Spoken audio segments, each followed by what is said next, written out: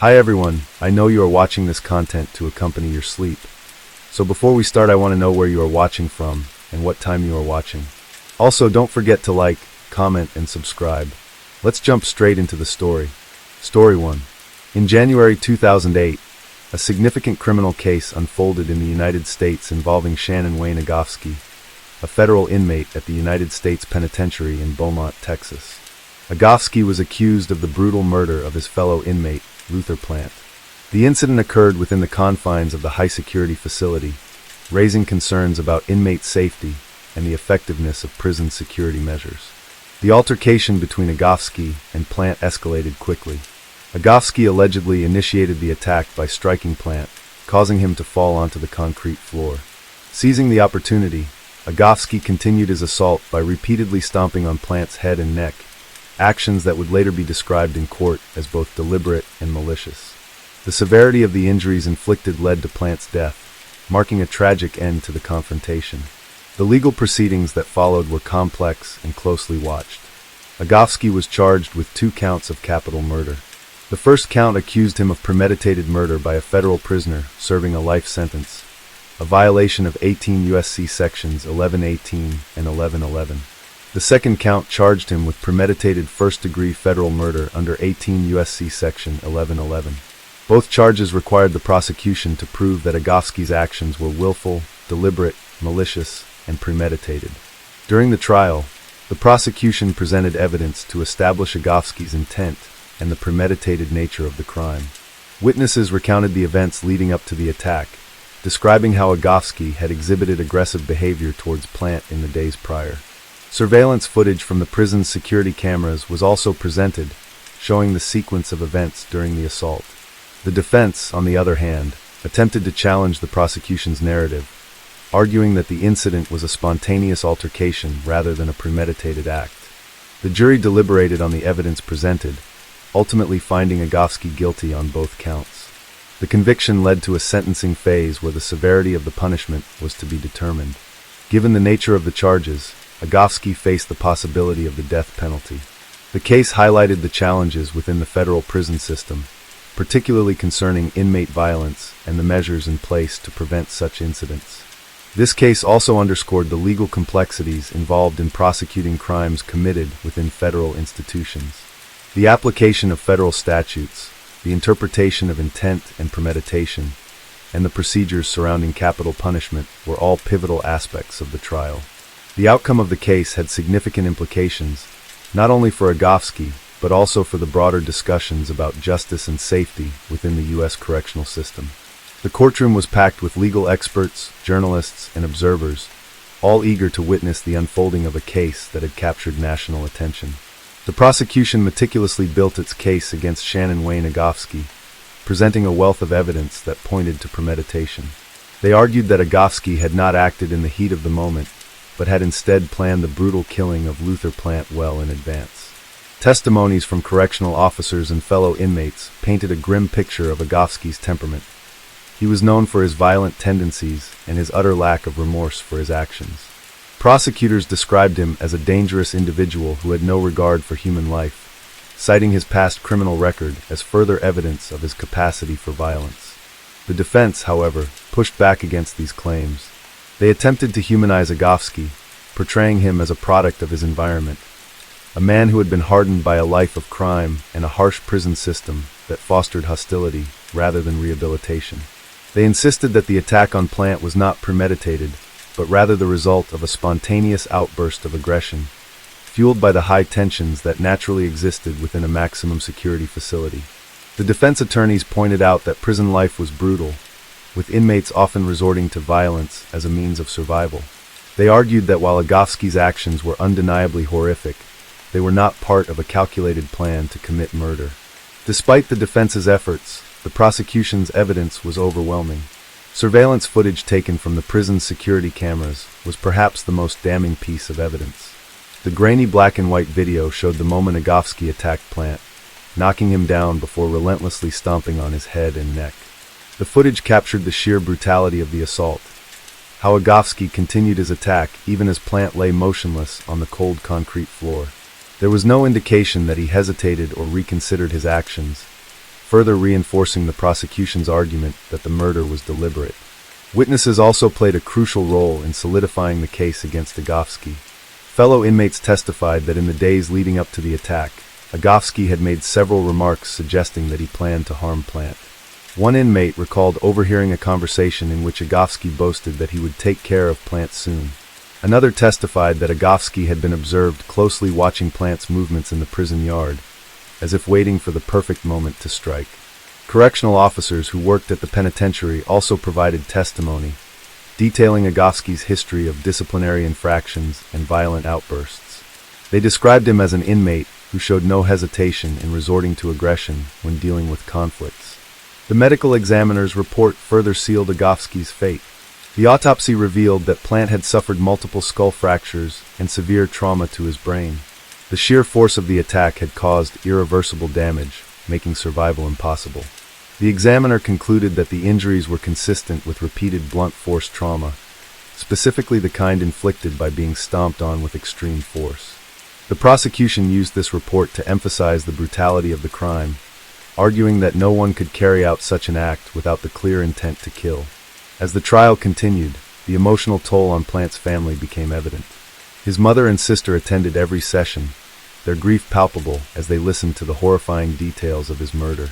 During the victim impact statements, Plant's mother addressed the court, her voice trembling as she described the pain of losing her son in such a violent manner. She spoke about how Plant had made mistakes in life, but had been trying to turn things around before his untimely death. Her words resonated with those in the courtroom, reminding everyone that the case was not just about legal arguments and evidence.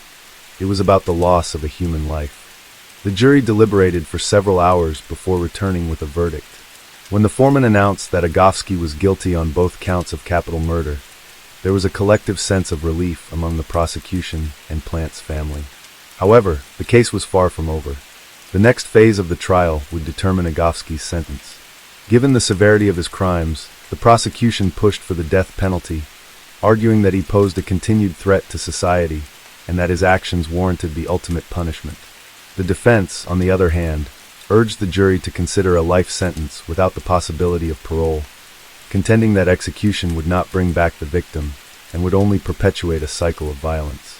The sentencing phase would prove to be just as intense as the trial itself. The prosecution introduced additional evidence of Agofsky's violent past, detailing prior incidents in which he had attacked fellow inmates and correctional officers. They argued that he had repeatedly demonstrated an inability to rehabilitate, and that allowing him to live, even behind bars, would endanger others within the prison system. The defense countered with psychological evaluations that suggested Agofsky had suffered from untreated mental health issues for most of his life. They argued that rather than execution, he should be given a chance to live out his days in a controlled environment where he could receive treatment. As the proceedings continued, public opinion remained divided. Some saw Agofsky as the embodiment of irredeemable evil, a man who had committed an unspeakable act and deserved the harshest punishment available under the law. Others believed that the prison system itself had failed both Agofsky and Plant, fostering a climate of violence that had ultimately led to this tragic outcome. The media followed the case closely, with legal analysts debating whether the death penalty was justified in this instance. Agofsky himself remained mostly silent throughout the proceedings, showing little emotion even as his fate hung in the balance. As the final arguments were made, the jury prepared to make its decision, one that would determine whether Agofsky would spend the rest of his life in a prison cell or face execution by lethal injection. The weight of the case pressed heavily on everyone involved, and the courtroom braced for the conclusion of a trial that had already left a lasting impact on all who had witnessed it. The courtroom was silent as the jury filed back into their seats, their faces solemn and unreadable. The weight of their decision was evident in their measured steps, and the way some avoided looking directly at Shannon Wayne Agofsky. The judge, presiding over what had become one of the most closely watched federal cases of the year, called the court to order and asked the jury foreman to deliver the verdict on sentencing. Every eye in the room was fixed on the foreman as he unfolded the paper and cleared his throat. We, the jury, find that the defendant, Shannon Wayne Agofsky, shall be sentenced to death by lethal injection. A collective exhale rippled through the courtroom. Some members of the victim's family gasped, clutching each other as tears streamed down their faces. The prosecution sat back in their chairs, their expressions reflecting a mixture of relief and exhaustion. The defense, on the other hand, remained motionless. Agofsky himself showed no reaction. He neither flinched nor spoke, simply staring straight ahead as though the ruling had been inevitable all along. The judge, acknowledging the jury's decision, turned toward Agofsky. He explained that the death penalty was not an easy sentence to impose, but the brutality of the crime, coupled with Agofsky's past record, had left no room for leniency. The judge recounted the details of the murder, the unprovoked attack, the ruthless nature of the assault, and the overwhelming evidence proving that it had been premeditated. He then issued the formal sentence.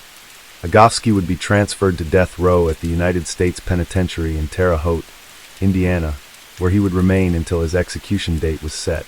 As the gavel came down, signaling the conclusion of the trial, the tension in the room finally broke. The victim's mother sobbed into her hands, inconsolable despite the justice that had been served. Reporters rushed out of the courtroom, eager to relay the breaking news. Cameras flashed as Agofsky was led away in shackles by U.S. Marshals, his expression as blank as it had been throughout the trial. If he felt any remorse or fear, he didn't show it. Outside the courthouse, news stations broadcasted the verdict live, with legal analysts debating the case's significance. Some argued that Agofsky's execution would serve as a deterrent for future prison violence, while others believed that his death would do little to address the deeper systemic issues that plagued the correctional system.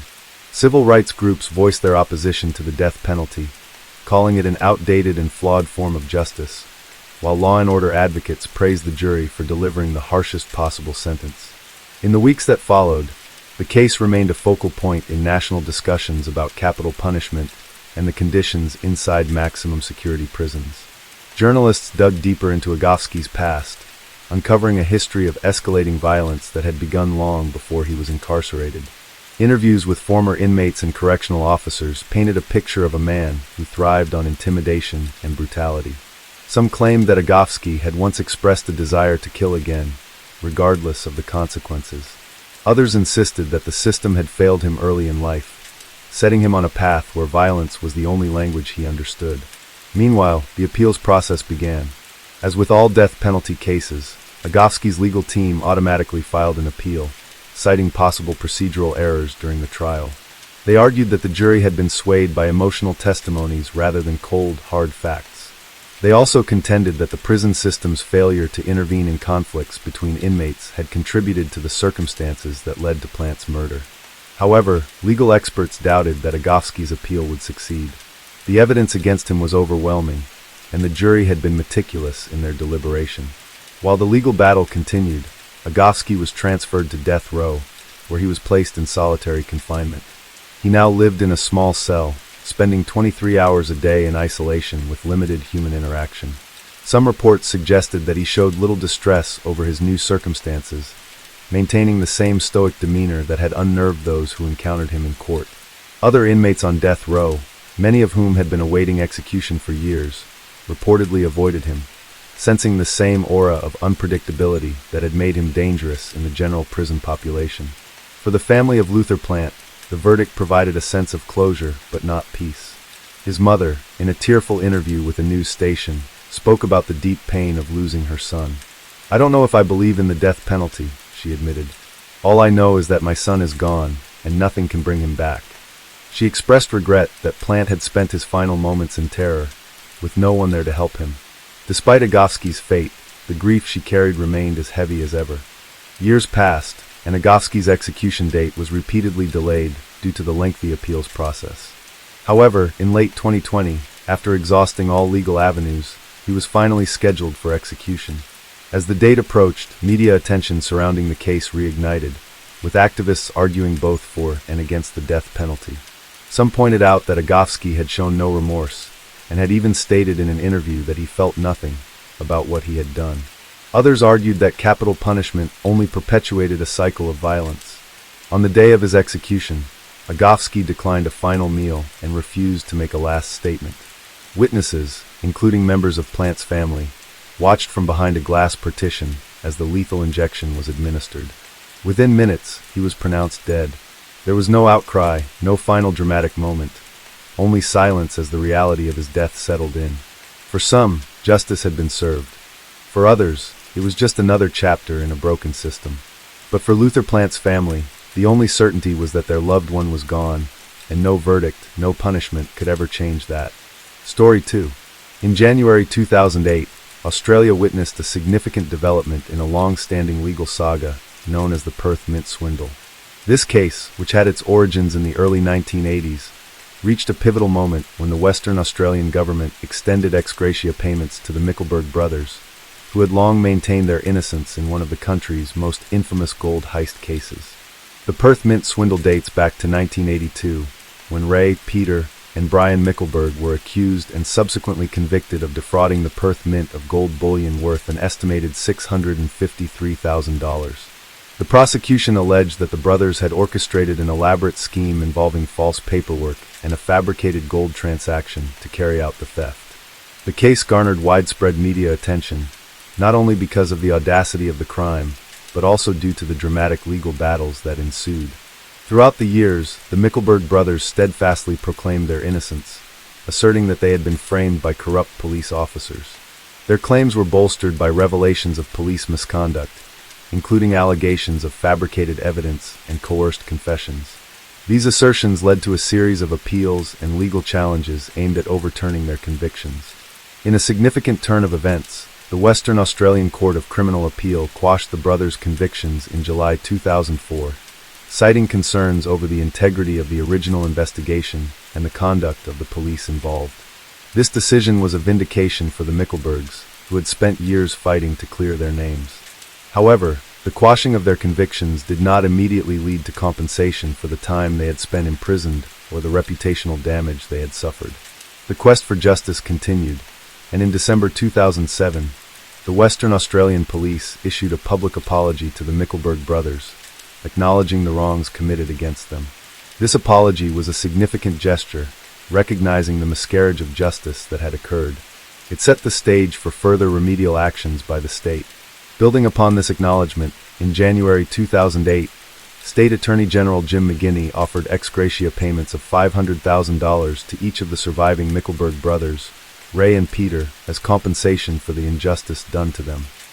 These payments were intended to provide some measure of restitution for the years of legal battles and personal suffering they had endured. The offer followed previous payments totaling $658,672, which had been made to cover the legal costs incurred during their appeals. The Mickelberg brothers accepted the ex gratia payments in good faith, viewing them as a form of closure to a chapter that had dominated their lives for decades. However, the compensation did not fully satisfy all parties involved. The brothers' lawyer had initially sought $950,000 for Ray and $750,000 for Peter, amounts they believed were more commensurate with the hardships endured. Despite this, the acceptance of the payments marked a significant milestone in the resolution of the case. The Perth Mint Swindle and its aftermath had a profound impact on the Australian legal landscape. It highlighted critical issues related to police misconduct, the fallibility of the justice system, and the challenges individuals face in overturning wrongful convictions. The case also underscored the importance of accountability and transparency within law enforcement agencies. For the Mickelberg brothers, the events of January 2008 represented a bittersweet victory. While they had finally received official acknowledgement of the wrongs done to them and some measure of compensation, the scars of their ordeal remained. The case served as a stark reminder of the potential for miscarriages of justice and the enduring need for vigilance in the pursuit of truth within the legal system. The ex gratia payments granted to the Mickelberg brothers in January 2008 reignited public interest in one of Australia's most infamous legal battles. Though the government's decision to compensate them was seen as an implicit acknowledgement of wrongdoing, it did little to erase the decades of suffering they had endured. The payments also raised broader questions about how the justice system handles wrongful convictions and whether financial compensation could ever truly make up for the irreversible damage done to those wrongly accused. For Ray and Peter Mickelberg, the fight for justice had consumed a significant portion of their lives. Their ordeal began in 1982, when they were arrested and charged with defrauding the Perth Mint out of gold bullion worth over $650,000. The case against them was largely built on the testimony of Detective Don Hancock, a senior officer in the Western Australia Police, who claimed that the brothers had confessed to him during an interrogation. However, the Mickelbergs consistently maintained their innocence, asserting that the so-called confession had been fabricated and that they had been framed by corrupt police officers. Despite their protests, the court convicted Ray and Peter in 1983. Ray was sentenced to 20 years in prison, while Peter received a 16-year sentence. Their younger brother, Brian, was also convicted but had his conviction overturned on appeal. From the very beginning, the case was fraught with controversy. The Mickelbergs alleged that they had been physically assaulted by police officers during interrogations, with Ray later describing in graphic detail how he was beaten and mistreated while in custody. These allegations of police brutality were ignored at the time, and the brothers' claims of innocence fell on deaf ears. Even as they languished behind bars, the Mickelbergs never stopped fighting to clear their names. Their appeals were repeatedly denied, and years passed before cracks in the prosecution's case began to surface.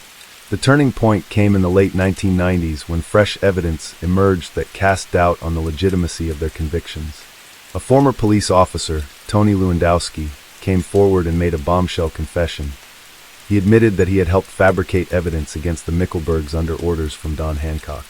This revelation shook the foundations of the case and led to renewed legal proceedings. Lewandowski's admission painted a damning picture of police corruption within the Western Australia Police. He detailed how evidence had been planted and statements had been falsified to ensure the Mickelbergs' conviction.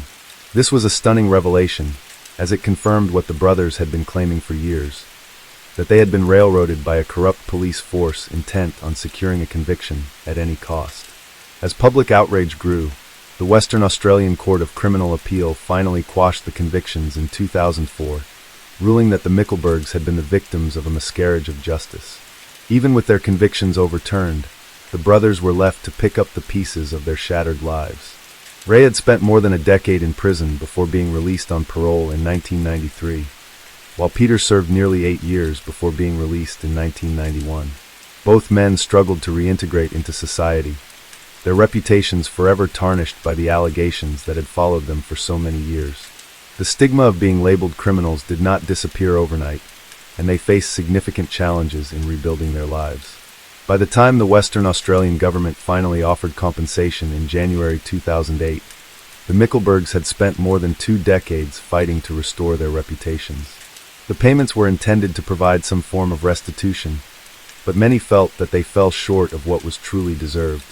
The brothers' lawyer had initially pushed for a much higher amount, arguing that the financial burden of their legal battles, combined with the years lost behind bars, warranted a more substantial settlement. However, the government's offer of $500,000 each was ultimately accepted, as the brothers were eager to move on and put the ordeal behind them. While the compensation provided some financial relief, it did little to address the deeper issues raised by the case.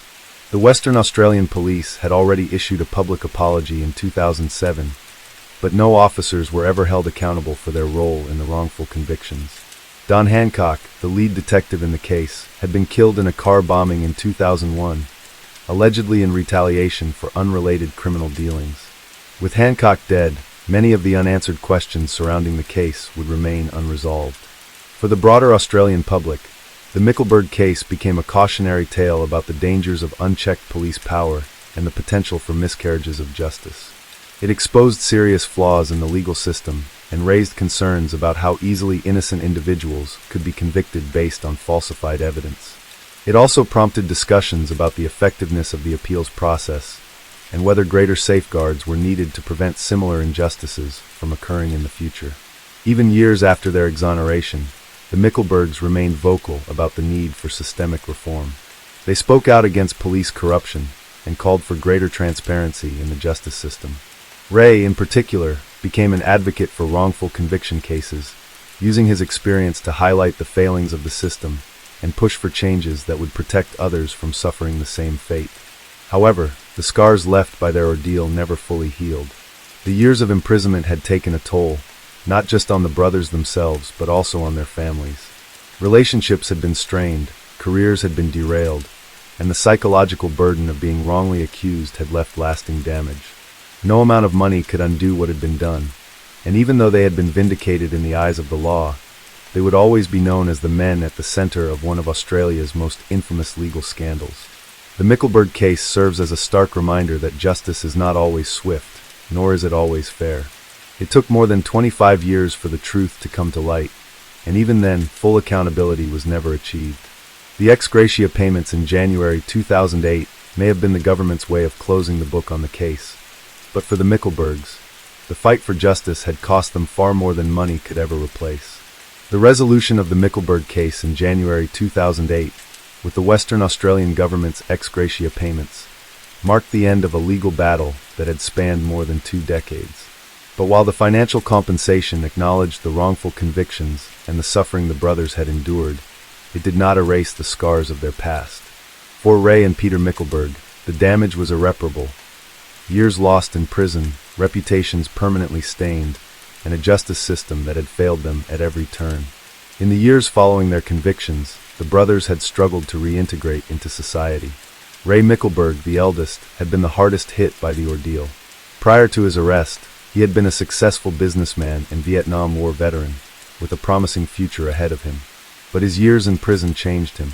The psychological burden of wrongful imprisonment, coupled with the abuse he had endured at the hands of corrupt police officers, left deep wounds. Even after his release on parole in 1993, the stigma of being associated with the Perth Mint swindle followed him. Employers were reluctant to hire him, and for a long time, the public still regarded him as a criminal despite the growing doubts about his conviction. Peter Mickelberg faced similar struggles. Though he was released from prison in 1991, the years behind bars had taken a toll on him as well. The brothers had lost more than just time. They had lost their reputations, their relationships, and their ability to live normal lives. Despite their eventual exoneration, there were still those who questioned their innocence. The specter of the case loomed over them like a shadow, a constant reminder of the years they had spent trying to prove the truth. One of the most frustrating aspects of the case was the fact that no one within the Western Australia police had ever been held accountable for what had happened. While the police publicly apologized in 2007 and the state offered financial compensation in 2008, the officers responsible for fabricating evidence, coercing confessions, and ensuring wrongful convictions faced no legal consequences. The man at the center of the misconduct, Detective Don Hancock, had been killed in a car bombing in 2001, reportedly in retaliation for an unrelated incident involving organized crime. With Hancock dead, many of the lingering questions about the case would remain unanswered. Had there been others involved in framing the Mickelbergs? How high did the corruption within the police force truly go? And most importantly, if the Mickelbergs had been innocent, who had actually orchestrated the Perth Mint swindle? To this day, the true perpetrators of the 1982 heist remain unknown. The gold, valued at $653,000 at the time, was never recovered. Over the years, various theories emerged about who might have been responsible.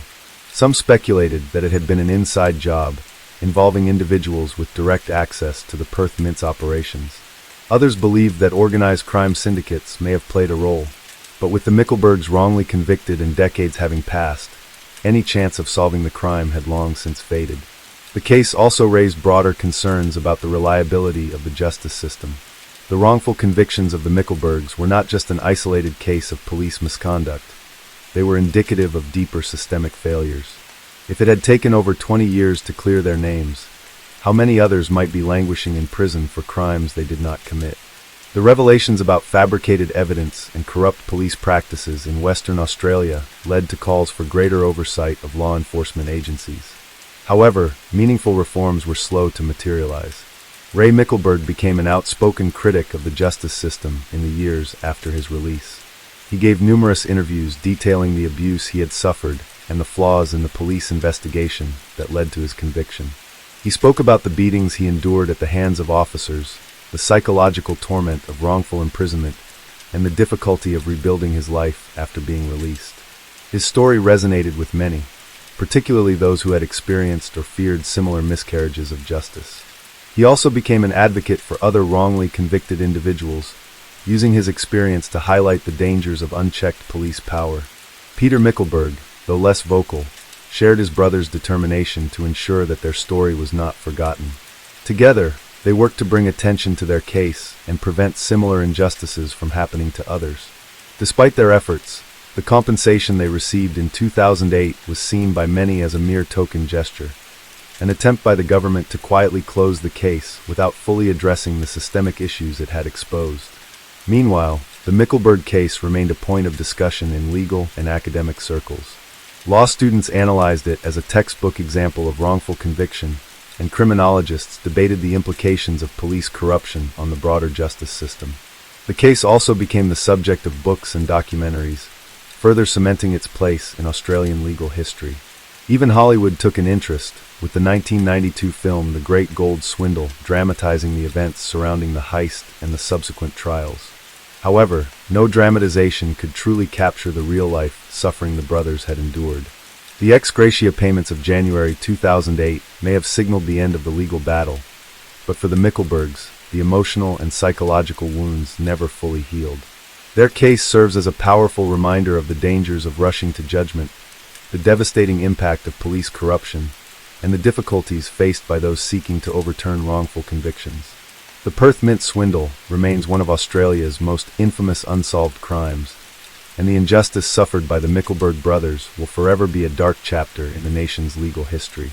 Though the brothers ultimately won their fight for justice, it came at a tremendous cost, one that no amount of money could ever truly compensate.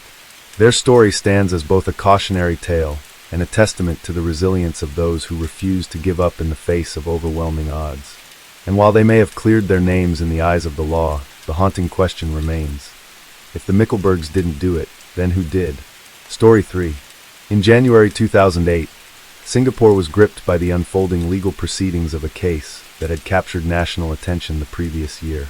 The incident involved 20-year-old Dave Teo Ming, a full-time national serviceman, NSF, with the Singapore Armed Forces, SAF, who had unlawfully left his camp while armed, leading to a series of events that raised significant concerns about military security and public safety. On September 5, 2007, Teo was officially charged in the subordinate courts with unlawful possession of a firearm under the Arms Offences Act. His 21-year-old accomplice, Ong Boon Jun, faced charges of consorting with Teo while being aware that Teo possessed a firearm. Teo, who did not wish to plead guilty, faced a sentence ranging from 5 to 14 years imprisonment, with a mandatory minimum of 6 strokes of the cane for the charge he faced in court. A week later, Teo faced 2 additional charges, 1 count of possessing bullets illegally, and 1 count of using a knife to threaten his ex-girlfriend in an unrelated case. Ong was initially offered bail set at 50,000 Singapore dollars. However, due to his family's financial constraints, they were unable to raise the amount on short notice, leading Ong to voluntarily forego bail and remain in remand. Teo, on the other hand, was not offered bail, as he was deemed a significant risk to public safety should he be released, with concerns also arising about the possibility of him contacting other witnesses. In October 2007, Teo's case was transferred to the High Court for trial at a later date. During a preliminary hearing on November 27, 2007, Teo's counsel sought a reduction of his charges, potentially on the grounds of diminished responsibility, and was granted time until December 21 to submit psychiatric evidence to the court. Similarly, Ong's counsel requested a reduction of charges for their client. By January 2008, the legal proceedings had progressed to a point where Ong's case was scheduled to be heard separately in the subordinate courts, while Teo's case was set to proceed in the High Court. On February 14, 2008, it was reported that Ong intended to plead guilty to the charges against him, with his defense lawyer Amalat Singh planning to argue for the minimum penalty of 5 years imprisonment in mitigation during the upcoming trial. In April 2008, Teo was scheduled to stand trial on July 7, 2008 for the charges related to the AWOL incident, after the subordinate courts ruled in the preliminary hearing that a prima facie case had been established against him. The events leading up to these legal proceedings had begun on September 2, 2007, when Teo was reported missing from his camp, along with a SAR-21 assault rifle and several rounds of ammunition. His unauthorized absence and the missing weapon prompted a nationwide manhunt, with heightened security measures implemented across the island. The situation was particularly alarming given Singapore's stringent gun control laws and the rarity of firearm-related incidents in the country. Teo was eventually apprehended in the early hours of September 4, 2007 at the Orchard Cineleisure shopping mall, where he was found in possession of the stolen rifle. His arrest brought relief to the public, but also led to intense scrutiny of the SAF's security protocols and the mental health support provided to servicemen. As the legal proceedings continued into 2008, the case remained a focal point of public discourse, highlighting issues related to military discipline, mental health, and the responsibilities of national service. The outcomes of the trials were anticipated to have significant implications for policies within the SAF and the broader societal understanding of the pressures faced by young servicemen. The case of Dave Teo Ming serves as a poignant reminder of the complexities surrounding national service and the importance of comprehensive support systems for individuals serving in the military. It underscores the need for vigilance in maintaining security protocols while also addressing the personal challenges that servicemen may encounter during their tenure. As the legal proceedings moved forward in early 2008, the case of Dave Teo Ming continued to spark intense debate across Singapore. The severity of his offenses, coupled with the public's concerns over national security, meant that every development in the case was closely scrutinized. Singapore, known for its strict gun laws and low crime rate, was shaken by the idea that a full-time national serviceman, NSF, had managed to smuggle a deadly weapon out of an army camp and carry it through the city. It was not just a question of personal responsibility, but also one of systemic oversight. How had this happened, and could it happen again?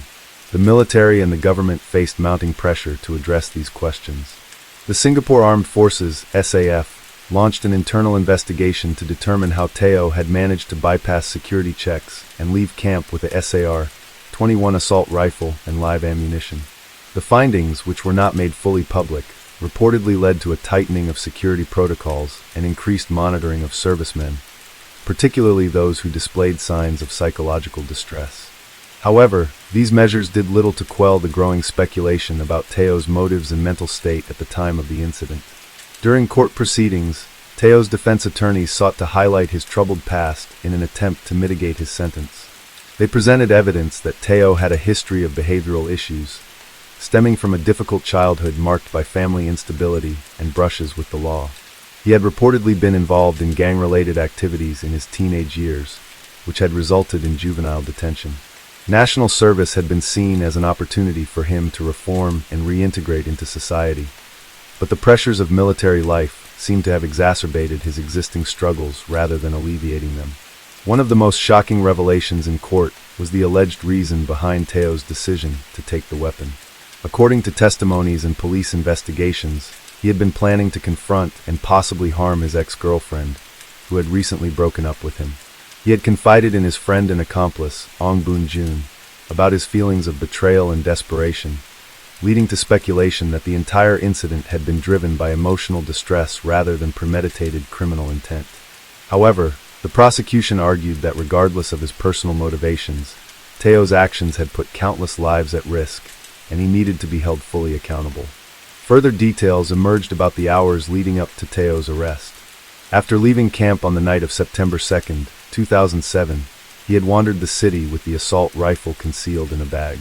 He had met up with Ong at a hotel, where they discussed his plans and potential escape routes. Surveillance footage later showed the two of them moving through various locations in the city, including Clark Quay and Geylang, areas known for their nightlife. At one point, Teo was seen handling the weapon in a public restroom, raising concerns about just how close Singapore had come to witnessing a tragic shooting incident. Law enforcement officials testified that Teo had checked into a budget hotel in the Orchard area on the night before his arrest. It was there that he was finally tracked down, thanks to intelligence gathered from his known associates and CCTV footage. Police officers stormed the hotel room in the early hours of September 4th, catching Teo off guard. Reports indicated that he had initially reached for his weapon, but he ultimately surrendered without firing a shot. The rifle was found fully loaded, with additional rounds of ammunition in his possession. The psychological evaluation of Teo played a crucial role in shaping the court's perspective on his case. Mental health professionals assessed him for signs of severe depression or other disorders that might have impaired his judgment. While the defense pushed for leniency based on mental health considerations, the prosecution maintained that Teo was fully aware of his actions and had intentionally evaded authorities, proving that he had the capacity to make calculated decisions. Ong, who had been arrested for aiding Teo, faced his own legal battle. Though he had not carried the weapon himself, his willingness to assist Teo, despite knowing that he was armed, was viewed as a serious offense. Ong's family appealed for mercy, stating that he had simply been caught up in the situation and had not intended to commit a crime. His defense attorney argued that while Ong had made poor choices, he had never posed a direct threat to public safety. The court weighed these factors carefully, and while Ong's legal team pushed for the minimum sentence, there was no guarantee that the judges would be lenient. Public sentiment surrounding the case was deeply divided. Some viewed Teo as a deeply troubled young man who had acted out of emotional distress and deserved a second chance. Others saw him as a dangerous individual who had recklessly endangered lives and should face the full force of the law. The media covered every aspect of the trial, with analysts debating whether national service had failed Teo or if he had simply been beyond rehabilitation. Beyond the immediate legal consequences, the case also led to broader discussions about mental health support for NSFs. Some critics argued that the SAF's approach to mental health was too rigid, focusing primarily on discipline and punishment rather than addressing the emotional struggles that many young recruits faced. While the SAF provided counseling services, some former servicemen came forward stating that mental health issues were often stigmatized within the military, leading many to suffer in silence. The Ministry of Defense eventually announced that additional safeguards would be put in place to monitor the mental well-being of servicemen, particularly those with a history of behavioral issues. Stricter protocols were also introduced to ensure that weapons and ammunition could not be removed from military facilities without proper authorization. While these measures were intended to prevent future incidents, they did little to change the fact that the system had already failed in Teo's case. As the trial progressed, the weight of the evidence against Teo became undeniable. Witness testimonies, surveillance footage, and forensic analysis all pointed to the fact that he had knowingly taken a firearm with the potential intent to cause harm. His remorse was evident in court, but whether it would be enough to sway the judges remained uncertain. The prosecution pushed for a severe sentence, emphasizing the gravity of his actions and the panic they had caused throughout the city. By the end of January 2008, the legal proceedings were reaching a critical juncture. The verdict would soon be delivered, and Singapore awaited the outcome with bated breath. Would the court take into account Teo's troubled past and emotional state, or would they make an example out of him to reinforce Singapore's strict stance on firearm-related offenses? The answer would shape not only Teo's future, but also the ongoing debate about justice, rehabilitation, and national security in a country where such crimes were almost unheard of. As the trial entered its final stages in early 2008, the courtroom was packed with reporters, legal analysts, and members of the public eager to witness the verdict. The case of Dave Teo Ming had dominated headlines for months, raising critical questions about military security, mental health support for national servicemen, NSFs, and the integrity of Singapore's justice system. Now, as the prosecution and defense made their final arguments, the nation waited to see how the court would balance the severity of Teo's crimes against his personal circumstances. The prosecution did not waver in their stance. They argued that Teo's actions had demonstrated clear intent and premeditation, emphasizing that he had stolen a fully automatic SAR, 21 assault rifle, and over 20 rounds of live ammunition from his camp before making his way into civilian areas. The potential for mass harm was undeniable. While it was true that he had ultimately not fired the weapon, the fact that he had smuggled it out, loaded, with specific targets in mind, was sufficient grounds for a severe sentence. They reminded the court that Singapore's stringent gun laws existed for a reason. In a country where firearms were strictly regulated, any breach of these laws had to be dealt with firmly. The prosecution insisted that a harsh sentence was necessary not only to punish Teo, but also to send a strong message that such breaches would not be tolerated. Allowing leniency in this case, they argued, could set a dangerous precedent. Meanwhile, Teo's defense team made one last plea for the court to consider his troubled past. They painted a picture of a young man who had grown up in a difficult environment, struggling with personal demons and emotional turmoil.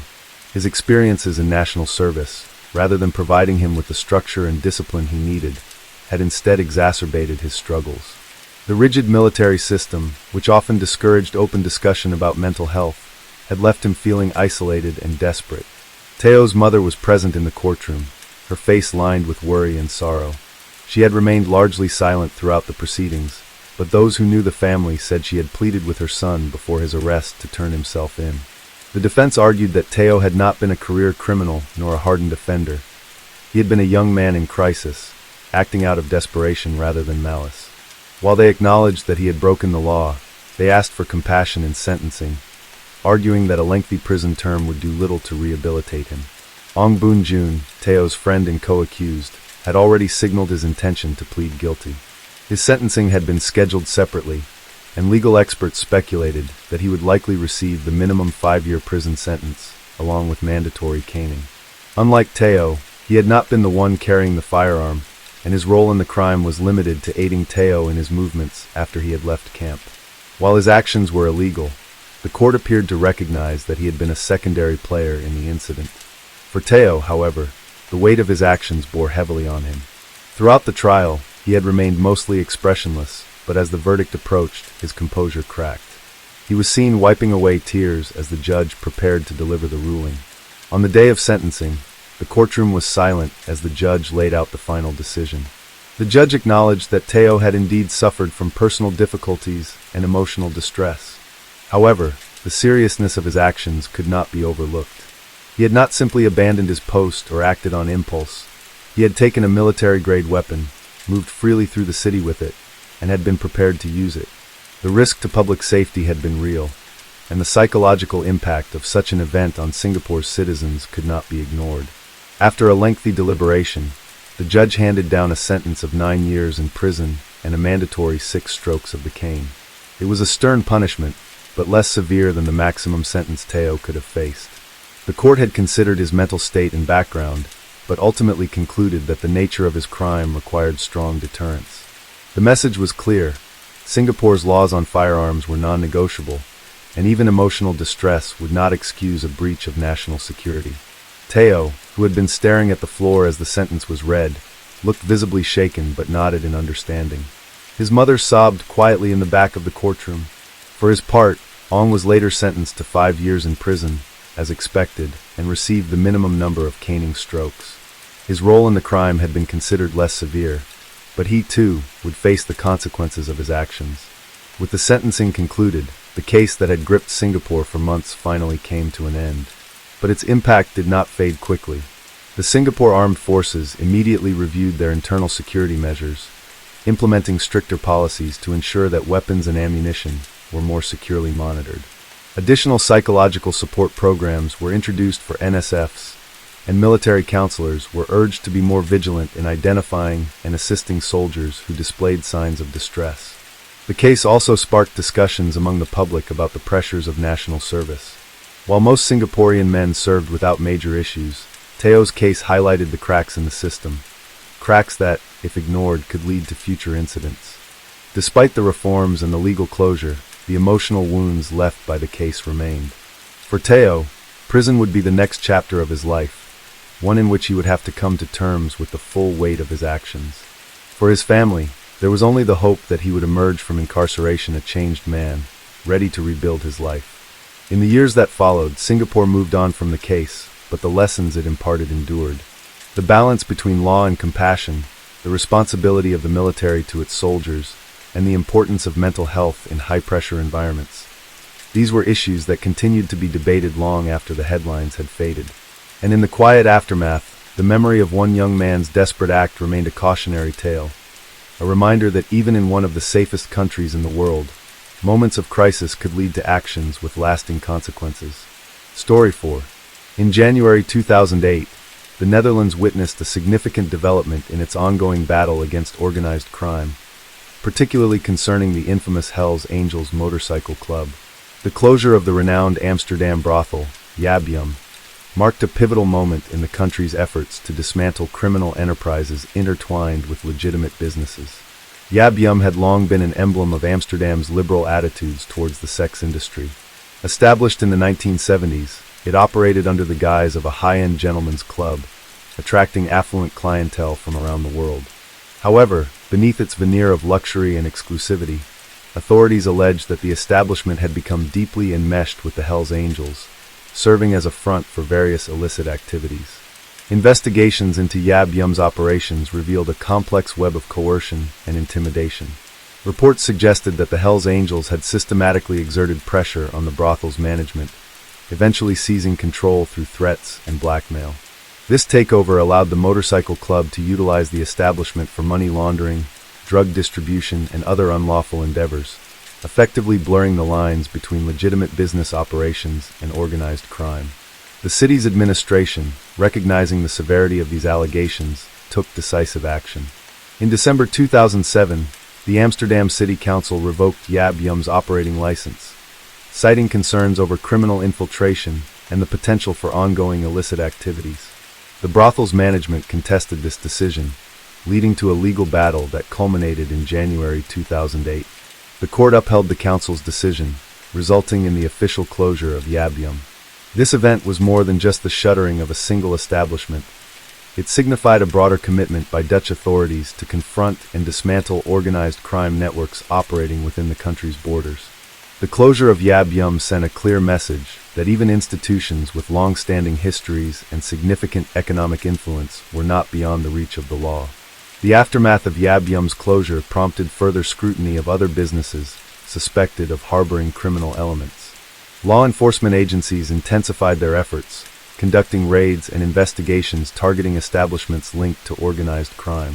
These actions underscored the Netherlands' resolve to uphold the rule of law and protect the integrity of its legitimate business environment.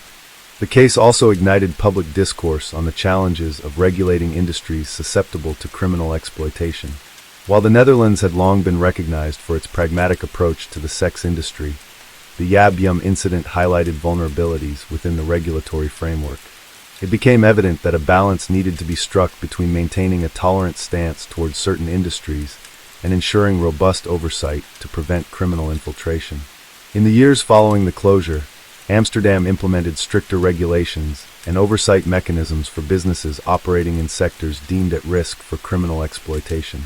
These measures included more rigorous background checks for license applicants, enhanced financial transparency requirements, and increased collaboration between law enforcement and regulatory agencies.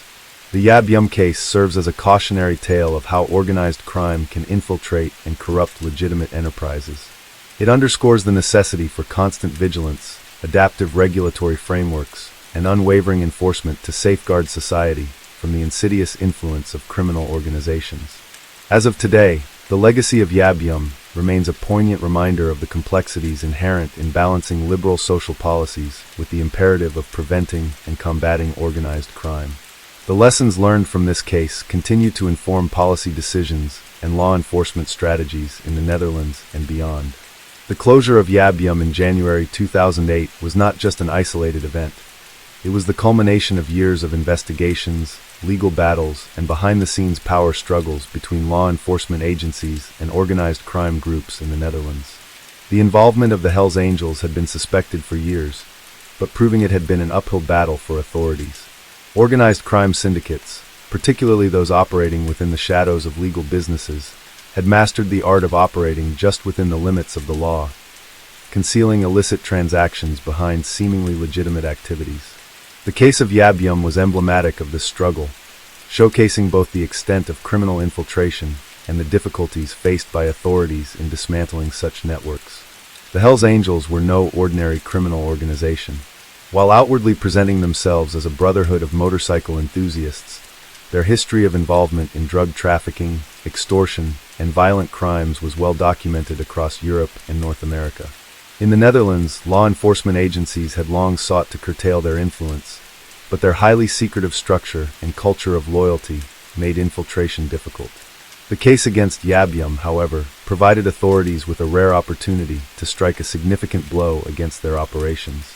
The initial suspicions surrounding Yab Yum began surfacing in the early 2000s.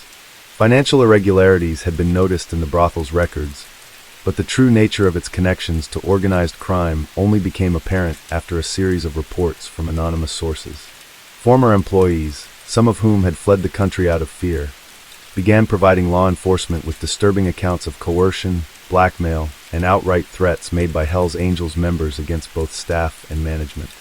These testimonies painted a chilling picture of how the club had transformed from a legitimate, albeit controversial, business into a major asset for one of Europe's most powerful criminal organizations. One of the most damning pieces of evidence in the case was the testimony of a former security staff member who had been recruited to work at Yab Yum under the assumption that he would simply be managing the venue's safety. What he had not anticipated, however, was that his true role would involve enforcing the unwritten rules set by the Hells Angels, rules that included ensuring that employees did not speak out, intimidating customers who failed to cooperate, and occasionally handling large sums of cash that were never recorded in the club's official books. His eventual defection and cooperation with law enforcement marked a turning point in the case. Despite this breakthrough, bringing the case to court was no easy feat. Lawyers representing Yab Yum's management argued that while the establishment may have had its fair share of unsavory patrons, there was no concrete evidence proving that it was directly controlled by a criminal organization. They contended that the brothel had operated within the legal framework established by Dutch authorities, and that shutting it down would set a dangerous precedent for other businesses in the country. However, authorities had gathered enough circumstantial and direct evidence to counter these claims. Investigators had uncovered links between the club's finances and known members of the Hells Angels, with large sums of money flowing between the two entities. Wiretaps and surveillance footage further supported the assertion that Yab Yum was no longer just a high-end brothel. It was a fully operational front for organized crime. Additionally, interviews with former employees and financial analysts provided clear indications that money laundering was taking place on a significant scale. The legal battle reached its peak in late 2007, when the Amsterdam City Council formally moved to revoke Yab Yum's operating license. The club's owners fought back, filing appeals and claiming that they were being unfairly targeted. But with mounting pressure from law enforcement and government officials, the courts ruled against them in January 2008. The verdict was decisive. Yab Yum's license was permanently revoked, and its doors were officially closed. The closure of Yab Yum sent shockwaves throughout the country. It was a stark reminder that even in a nation known for its pragmatic approach to vice industries, the law remained firmly in place. More significantly, it demonstrated that the government was willing to take bold steps to dismantle criminal networks, even if those networks had deeply embedded themselves within seemingly legitimate businesses. However, shutting down Yab Yum was not the end of the fight. It was merely the beginning of a broader crackdown on organized crime in the Netherlands. In the weeks following the brothel's closure, authorities ramped up their efforts against criminal enterprises linked to the Hells Angels. Several other businesses suspected of serving as fronts for illegal activities were raided, and multiple arrests were made. But as law enforcement celebrated these victories, many within the criminal underworld simply adapted. The closure of Yab Yum disrupted certain revenue streams, but it did not eliminate the demand for illegal services. Some former clients of the brothel simply moved to other establishments, many of which operated in even more clandestine manners. In the years that followed, the Netherlands saw a shift in how organized crime groups operated, with many becoming more sophisticated in concealing their activities. Meanwhile, public reaction to the case remained divided. While many applauded the government's decision to take decisive action against Yab Yum, others questioned whether the closure truly addressed the root of the problem. Critics argued that while shutting down one business might temporarily disrupt criminal operations, it did little to dismantle the larger networks that enabled these activities in the first place. The controversy also raised questions about the broader implications for Amsterdam's sex industry. Would other legal brothels face similar crackdowns? Would stricter regulations lead to a rise in underground operations that were even harder to police? And most importantly, could the government truly prevent criminal elements from infiltrating other businesses in the future? Despite these uncertainties, one thing was clear. The closure of Yab Yum was a watershed moment in the Netherlands' ongoing fight against organized crime. It sent a powerful message that no business, no matter how iconic or established, was beyond the reach of the law. And while the battle against criminal organizations continued, authorities remained committed to ensuring that such enterprises had fewer opportunities to thrive in the country's legitimate economy. As the dust settled in the wake of Yab Yum's closure, investigations continued. Some members of the Hells Angels who had been linked to the case faced legal consequences, while others remained elusive. The Dutch government, recognizing the need for stronger oversight, began implementing stricter regulations for industries known to be vulnerable to criminal infiltration. But even as new policies were put in place, many knew that the fight was far from over. Organized crime was an ever-evolving force, constantly adapting to new challenges and finding new ways to exploit loopholes in the system. The closure of Yab Yum had been a victory, but it was just one battle in a much larger war. one that would require vigilance, innovation, and unwavering commitment in the years to come. The aftermath of Yabyum's closure in January 2008 extended far beyond the walls of the infamous brothel itself. The case had not only exposed the deep infiltration of organized crime into Amsterdam's sex industry, but also raised serious concerns about how criminal organizations operated within the broader Dutch economy. As the government worked to ensure that the lessons from the case were not ignored, new investigations, policies, and enforcement strategies were put into place. Yet, even as law enforcement agencies celebrated a significant victory, the underworld was already adapting, shifting its operations to remain one step ahead of the authorities. In the weeks following the court's decision, former employees of Yabyum came forward with more disturbing accounts of coercion, intimidation, and violence linked to the Hells Angels. Women who had worked at the brothel described how, over the years, control had slowly slipped from legitimate management to men associated with the motorcycle club.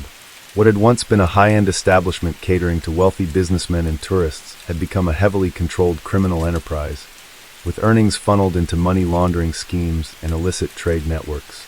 Several employees recounted how they had been threatened with violence if they refused to cooperate, and some had even been forced to leave the country out of fear for their safety.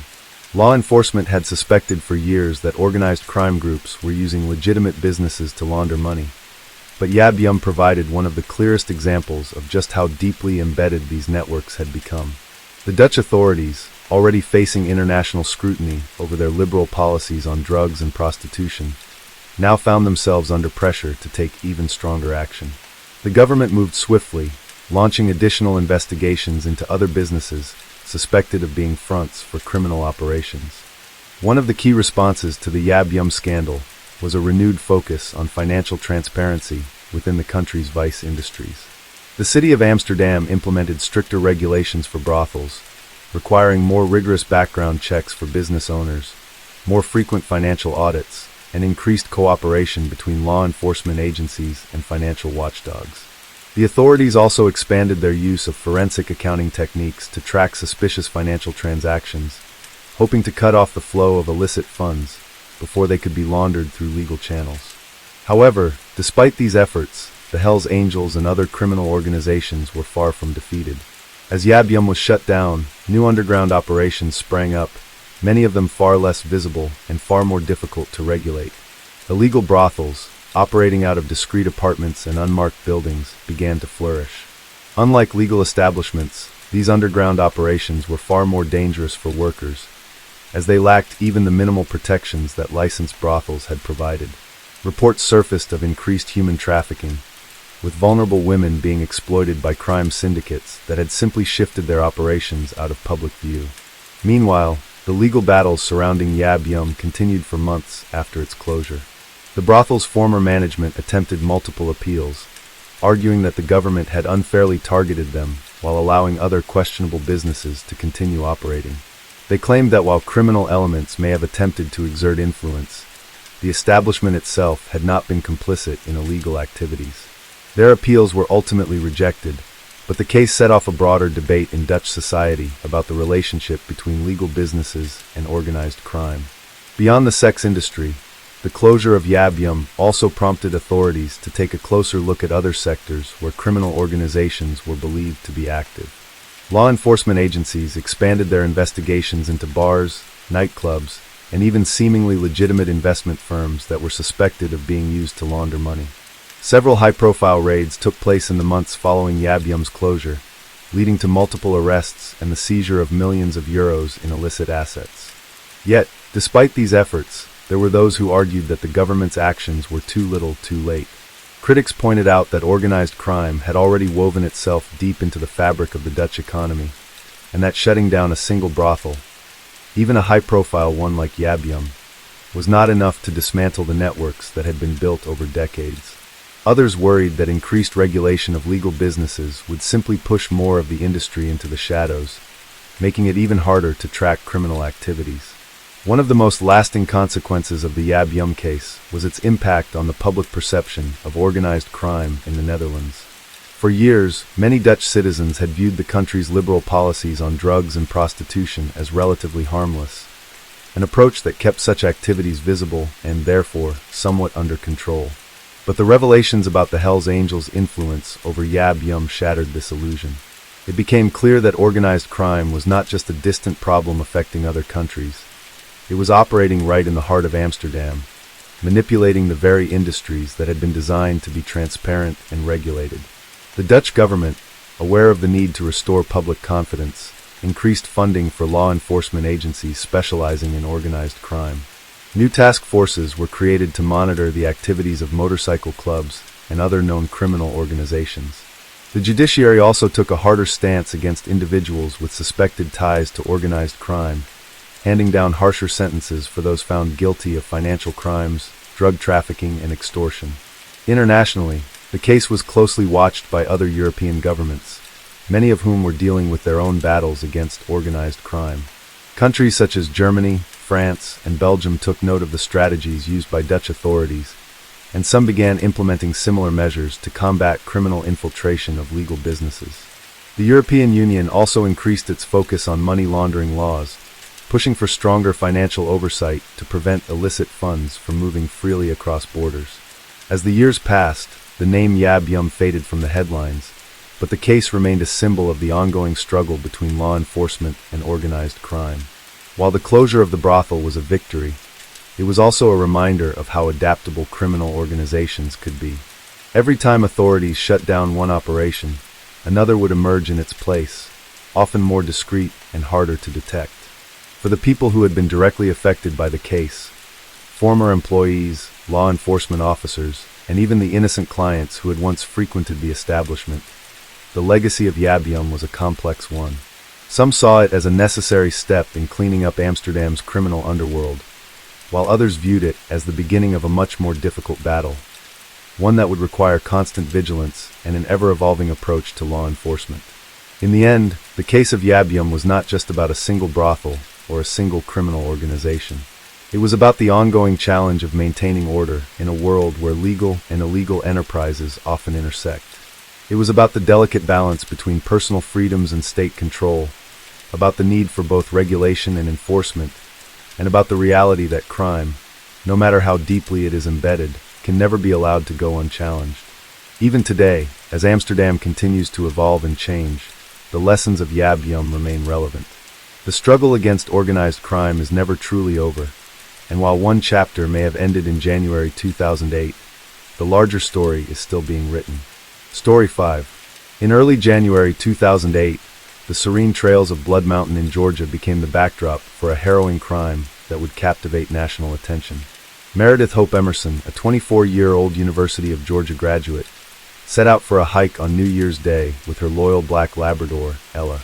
Known for her adventurous spirit and love for the outdoors, Meredith's decision to explore the Appalachian Trail was not out of character.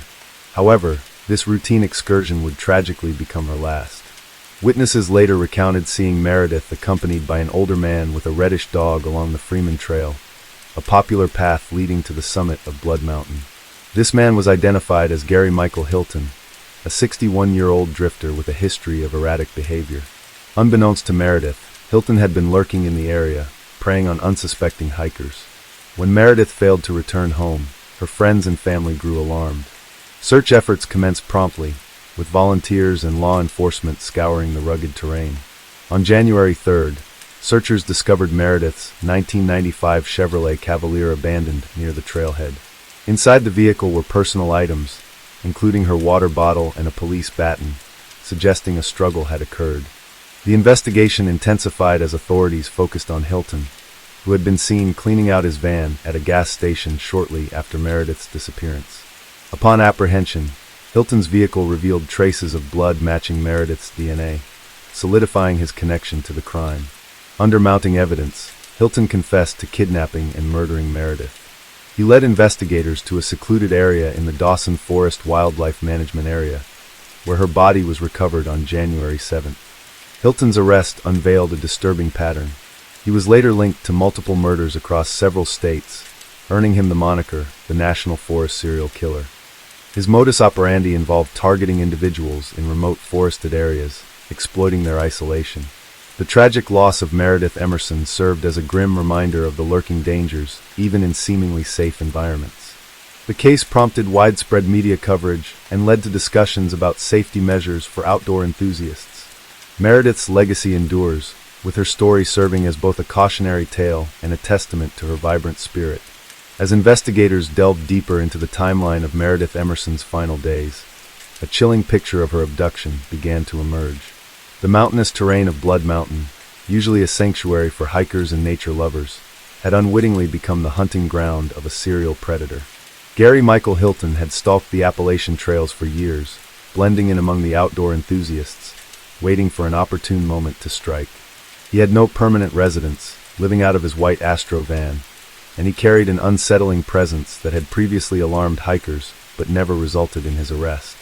Meredith, a seasoned hiker and former martial arts student, had fought valiantly for her life. In the initial struggle, she had managed to grab a police baton she carried for protection, but Hilton overpowered her. Later, forensic analysis would reveal signs of a violent confrontation.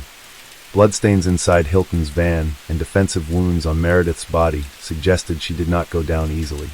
Despite being restrained, Meredith remained resilient, using both wit and physical resistance to delay her captor's plans.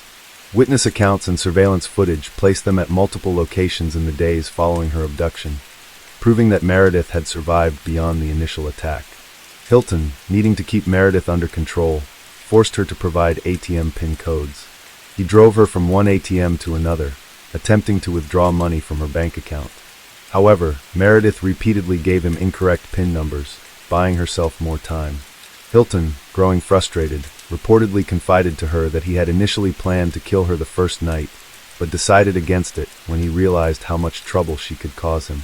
Law enforcement authorities were scrambling to locate Meredith in the critical hours after her disappearance. Reports from hikers who had seen her with an unfamiliar man fueled the urgency of the search.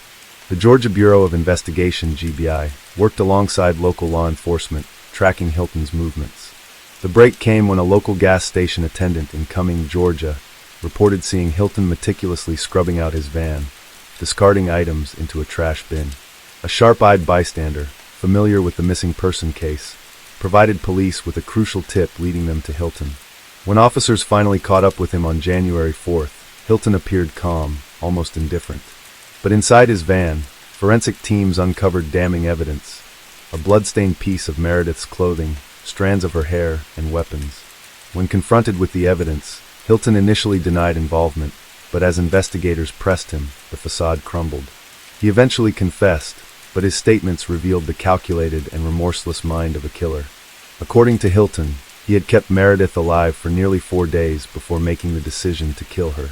He claimed that he had initially considered releasing her, but feared that she would be able to identify him. In an act of what investigators later described as both methodical and cruel, Hilton led Meredith into the dense woods of Dawson Forest.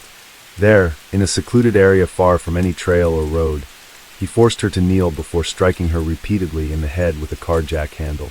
He later claimed he did not want her to suffer, as though his decision to use blunt force rather than a gunshot were an act of mercy. After ensuring she was dead, Hilton decapitated her body in an effort to conceal evidence. He placed her severed head and other body parts into plastic bags and attempted to scatter them in different areas of the forest. The gruesome and calculated nature of his actions shocked even the most seasoned investigators. Hilton's confession led law enforcement to the tragic discovery of Meredith's remains on January 7th. News of her murder sent ripples of grief throughout Georgia and beyond. The vibrant young woman, known for her infectious smile and love of life, had fallen victim to a man who had long been a predator lurking in plain sight. As Hilton sat in custody, investigators realized they had more than just a single murder case on their hands. Authorities in Florida, North Carolina, and other southeastern states began to re-examine unsolved missing persons cases linked to remote hiking areas. The more they uncovered, the more they suspected that Meredith's murder was not an isolated event, but part of a much broader pattern. One such case was the disappearance of Cheryl Dunlap, a 46-year-old nurse and Sunday school teacher from Florida. She had vanished in December 2007, just weeks before Meredith's murder, under eerily similar circumstances. Witnesses had reported seeing her car abandoned near a national forest, and security cameras captured an unknown man, later identified as Hilton, attempting to withdraw money from her bank account. Cheryl's body was eventually found, with signs of a brutal attack that mirrored Meredith's case. With the evidence mounting, Hilton was formally charged not only for Meredith Emerson's murder, but also for multiple other crimes across state lines. His past revealed an alarming history of violence, manipulation, and drifting between small towns and wilderness areas, always targeting those who were vulnerable and alone. Meredith's case became a turning point in the public's awareness of how dangerous national parks and remote hiking trails could be. While the Appalachian Trail and other wilderness areas had long been regarded as places of peace and solitude, they were not immune to the presence of predators like Hilton. In the months following her murder, Georgia law enforcement agencies implemented new safety measures for hikers, including increased patrols and greater public awareness campaigns about self-defense in remote locations. Her family and friends worked tirelessly to honor her legacy. The Meredith Hope Emerson Foundation was established, advocating for victims' rights and wilderness safety. Her beloved dog, Ella, survived the ordeal and was later adopted by one of Meredith's close friends, serving as a living reminder of her warmth and courage. Even as Hilton awaited trial, the full extent of his crimes remained under investigation. The true number of victims he had claimed may never be known. But what was certain was that his reign of terror had come to an end, and justice for Meredith Emerson was about to be served. Gary Michael Hilton's trial in Georgia was swift and decisive. The overwhelming evidence against him, combined with his own confession, left little room for doubt. In January 2008, just weeks after Meredith Emerson's murder, Hilton agreed to plead guilty to her kidnapping and killing in exchange for a life sentence without the possibility of parole. The plea deal was, in part, an effort to spare Meredith's family the agony of a prolonged trial and to prevent the possibility of Hilton appealing a death sentence. However, the resolution of the Georgia case did not mean the end of Hilton's legal troubles. Investigators in Florida and North Carolina were determined to hold him accountable for other murders that bore striking similarities to Meredith's case. Their pursuit of justice led to a much darker revelation. Hilton had been a serial killer, preying on unsuspecting hikers across the southeastern United States for years. One of the most significant cases tied to Hilton was the brutal murder of Cheryl Dunlap, a 46-year-old nurse and Sunday school teacher from Florida. She had disappeared in December 2007, just weeks before Meredith's killing. Her car had been found abandoned near the Apalachicola National Forest, and her body was later discovered in the woods. Like Meredith, she had been held captive before being murdered, and her body had been decapitated in an apparent effort to hinder identification. Surveillance footage showed Hilton attempting to withdraw money from her bank account at an ATM, just as he had done with Meredith. Unlike in Georgia, Florida prosecutors sought the death penalty for Hilton. The case went to trial in February 2011, and the jury heard chilling details about Cheryl's final days. Forensic evidence, witness testimony, and Hilton's own incriminating statements left no doubt about his guilt. After deliberating for just a few hours, the jury returned with a guilty verdict. Hilton was sentenced to death for Cheryl Dunlap's murder, marking the first official capital punishment ruling against him. As Hilton sat on death row in Florida, North Carolina prosecutors prepared to charge him for yet another murder, that of John and Irene Bryant, a couple in their 80s who had gone missing in the Pisgah National Forest in October 2007. The Bryants, both experienced hikers, had vanished under suspicious circumstances. Irene's body was discovered first, showing evidence of blunt force trauma, while John's remains were found months later. Hilton had again used his familiar tactic, forcing his victims to provide ATM PIN codes before killing them. Bank records and surveillance footage placed him near the scenes of the crimes, strengthening the case against him. The horrifying realization that Hilton had been hunting in national parks for years sent shockwaves through law enforcement agencies and the public. He had carefully chosen his victims, targeting those who were alone or in secluded areas, places where screams would go unheard and where law enforcement presence was minimal. Meredith Emerson's case, in particular, had exposed just how dangerous these remote hiking trails could be. Her story led to heightened safety awareness campaigns across the Appalachian Trail and other popular hiking destinations. Local authorities began installing more security cameras at trailheads, distributing safety pamphlets, and urging hikers to travel in groups rather than alone. The impact of Meredith's case was profound. She had unknowingly become the catalyst for increased outdoor safety measures nationwide. Despite his multiple convictions and the death sentence he received in Florida, Hilton remained a subject of interest in other cold cases. Authorities across the southeastern United States combed through missing persons reports, attempting to determine if he had claimed more victims than those officially linked to him. His transient lifestyle, lack of strong ties to any one place, and ability to move undetected made it difficult to establish the full extent of his crimes. As Hilton languished on death row, Meredith's family and friends worked tirelessly to ensure that her legacy would not be defined solely by her tragic death. They established the Meredith Hope Emerson Memorial Fund, dedicated to supporting organizations that promoted outdoor safety and self-defense training for women. Her memory also lived on through the countless hikers who carried her story with them, using her fate as a reminder to remain vigilant while exploring the wilderness. For those who had followed the case, Hilton was not just a murderer, but a chilling embodiment of the dangers that lurked in seemingly serene places. He had exploited the very thing that drew people to the outdoors, solitude and escape, turning it into a deadly trap. His ability to blend into these environments, posing as a harmless drifter, made him one of the most dangerous predators law enforcement had encountered in years. Although justice had been served, the scars left by Hilton's crimes remained. Families of the victims struggled to find closure, knowing their loved ones had suffered at the hands of a remorseless killer. Yet, amid the sorrow, there was also a sense of resilience. Meredith's bravery in resisting her attacker, even in her final moments, served as an inspiration to many. Her refusal to give up her correct ATM PIN for days had bought crucial time that ultimately allowed authorities to track down Hilton before he could claim another life. As time passed, the case faded from the headlines, but its impact endured. The story of Meredith Emerson was not just one of loss, but of strength, courage, and the power of the human spirit. Her determination, even in the face of terror, stood as a testament to the will to survive. Though Hilton's crimes had left a trail of devastation, Meredith's story became a symbol of hope, a reminder that even in the darkest moments, bravery and resilience can shine through. Gary Michael Hilton remains on death row in Florida, where he awaits execution. His name may fade over time, but the legacy of those he took from the world, especially Meredith Emerson, will never be forgotten. Story 6. In early January 2008, the quiet community of Lower Alsace Township, Pennsylvania, was shaken by a violent incident that would leave a lasting impact on its residents. Antietam Middle Senior High School, known for its close-knit student body and dedicated faculty, became the unexpected scene of a harrowing attack that highlighted the vulnerabilities present even in seemingly safe environments. On January 8, 2008, as students settled into their morning classes, 13-year-old Ian Chimenko, a student at Antietam Middle Senior High School, entered a classroom armed with a knife and a blowtorch.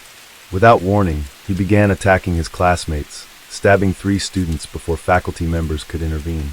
In the ensuing chaos, Chimenko used the blowtorch to hold teachers and students at bay, creating a terrifying standoff. Eventually, staff members managed to subdue him, preventing further injuries. The injured students were rushed to a nearby hospital, where they received treatment for their wounds. Fortunately, all 3 survived the attack, but the psychological scars would linger long after their physical injuries healed. The incident sent shockwaves through the community, leaving parents, students, and educators grappling with questions about safety and the underlying causes of such violence. In the days following the attack, authorities launched an investigation into Chimenko's background, seeking to understand what might have led a young teenager to commit such a violent act. Interviews with classmates and teachers painted a complex picture. Some described Ian as a quiet and introverted student who had few friends and often kept to himself. Others noted that he had been the target of bullying, which may have contributed to feelings of isolation and anger. Mental health professionals were brought in to assess Chimenko's psychological state. Preliminary evaluations suggested that he may have been suffering from untreated mental health issues, including depression and anxiety. The combination of social isolation, potential bullying, and mental health struggles likely created a volatile situation that culminated in the tragic events of that January morning. The attack at Antietam Middle Senior High School prompted a broader discussion about school safety and the importance of mental health resources for students. Parents demanded to know how a student could bring weapons into the school undetected and what measures would be implemented to prevent such incidents in the future. The school administration faced intense scrutiny, leading to a comprehensive review of security protocols. In response, The school district implemented several changes aimed at enhancing safety and supporting student well-being. Metal detectors were installed at all entrances, and a policy requiring clear backpacks was enacted to make it more difficult for students to conceal weapons. Additionally, the district increased the presence of school resource officers and provided training for staff on how to recognize and respond to signs of potential violence. Recognizing the critical role of mental health in preventing such tragedies, the district also expanded access to counseling services. They established partnerships with local mental health organizations to provide on-site support for students and created programs aimed at fostering a more inclusive and supportive school environment. Anti-bullying initiatives were strengthened, and efforts were made to encourage students to speak up if they or their peers were struggling. The legal proceedings against Ian Chimenko were complex, given his age and the circumstances surrounding the attack. Prosecutors faced the difficult decision of whether to charge him as a juvenile or seek to have him tried as an adult. After much deliberation, it was decided that Ian would be tried in juvenile court, with a focus on rehabilitation rather than punishment. Throughout the trial, Ian's defense attorneys highlighted his struggles with mental health and the bullying he had endured. They argued that he was a troubled young boy who needed treatment and support, not incarceration. The court ultimately sentenced Ian to a juvenile detention facility, where he would receive counseling and educational services aimed at addressing the root causes of his behavior. The attack at Antietam Middle Senior High School served as a stark reminder of the challenges schools face in ensuring the safety and well-being of their students. It underscored the importance of early intervention, mental health support, and the creation of a school culture where students feel valued and connected. While the community of Lower Alsace Township continues to heal from the events of that day, the lessons learned have led to meaningful changes aimed at preventing such tragedies in the future. In the aftermath of the January 8, 2008, attack at Antietam Middle Senior High School, the community of Lower Alsace Township, Pennsylvania, grappled with a profound sense of shock and disbelief. The incident, involving a 13-year-old student who assaulted his classmates with a knife and wielded a blowtorch, left 3 students injured and raised pressing questions about school safety, mental health, and the factors that could drive a young adolescent to commit such a violent act. As the initial chaos subsided, law enforcement and school officials began piecing together the sequence of events leading up to the attack. According to reports, the assailant, whose name was withheld due to his age, entered his English classroom that morning wearing a dark trench coat and listening to an MP3 player. Without warning, he brandished a knife and began slashing at nearby students, causing panic and confusion. In the ensuing turmoil, he overturned desks, threw books, and ignited firecrackers, further escalating the fear among his peers. Teachers and staff acted swiftly to subdue him, preventing more severe injuries. The 3 students who sustained stab wounds were promptly treated at a local hospital and were fortunate to have suffered only minor injuries. The subsequent investigation revealed that the assailant had come to school that day carrying a small can of gasoline, a water bottle filled with torch fluid, additional knives, firecrackers, and face masks designed to filter out fumes. This arsenal suggested a level of premeditation that was alarming to both authorities and the community. Central Berks Regional Police Sergeant Ronald Uksinski announced that the boy faced multiple charges, including 4 counts of aggravated assault, recklessly endangering another person, causing or risking a catastrophe, criminal intent to commit criminal mischief, and possession of a weapon on school property. He was subsequently detained at the Berks County Juvenile Detention Center, pending further legal proceedings. In the days following the attack, Antietam Middle Senior High School reopened under heightened security measures. Police officers were stationed at the single accessible entrance, utilizing handheld metal detectors to screen each student. Bags were thoroughly searched, resulting in the confiscation of minor contraband items, such as pocket knives, though nothing of serious concern was found. Officer Ray Seraphin noted that the screening process proceeded smoothly, with all students being checked prior to entering the building. The incident prompted a broader discussion within the community about the adequacy of existing safety protocols and the importance of addressing mental health issues among students. Parents and educators alike questioned how a student could bring such an array of weapons into the school unnoticed, and what could be done to prevent similar incidents in the future. The school administration faced scrutiny over their security measures, leading to a comprehensive review and the implementation of stricter policies. Mental health professionals were brought in to assess the assailant's psychological state. Preliminary evaluations suggested that he may have been experiencing significant emotional distress, possibly exacerbated by social isolation or bullying. These findings underscored the need for early intervention and support systems within schools to identify and assist students who may be struggling. In response to the incident, the school district expanded access to counseling services and initiated programs aimed at fostering a more inclusive and supportive environment. Anti-bullying campaigns were strengthened, and efforts were made to encourage students to report any concerns about their peers' well-being. The goal was to create a culture where students felt safe to speak up and seek help, thereby preventing future tragedies.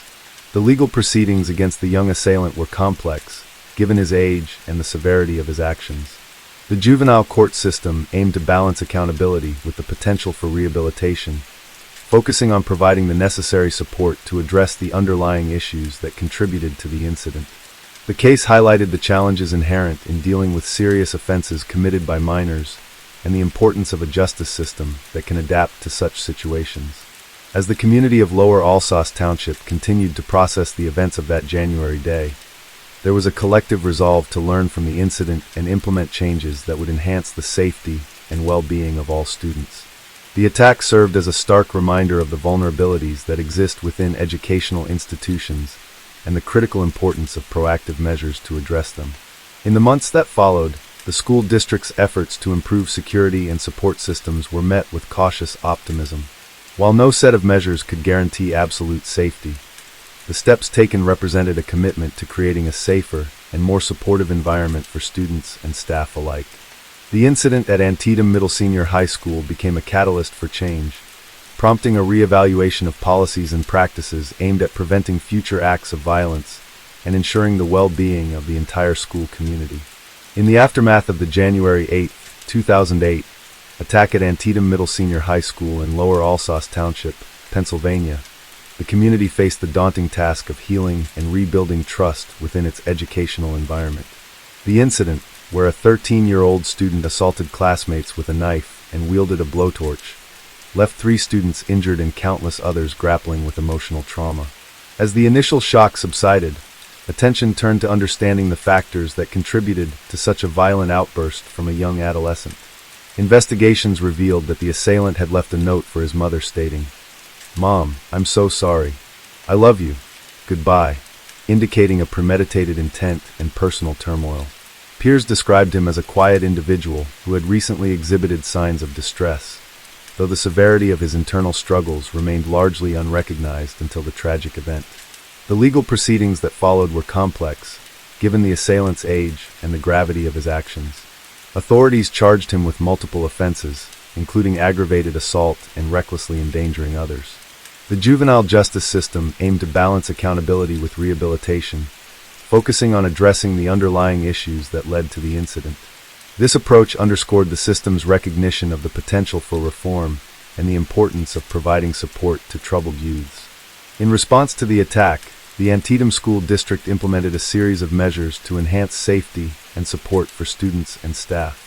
Security protocols were overhauled, including the installation of metal detectors and the presence of law enforcement officers on campus. Additionally, the district expanded mental health resources, providing counseling services and establishing programs aimed at fostering a supportive and inclusive school culture.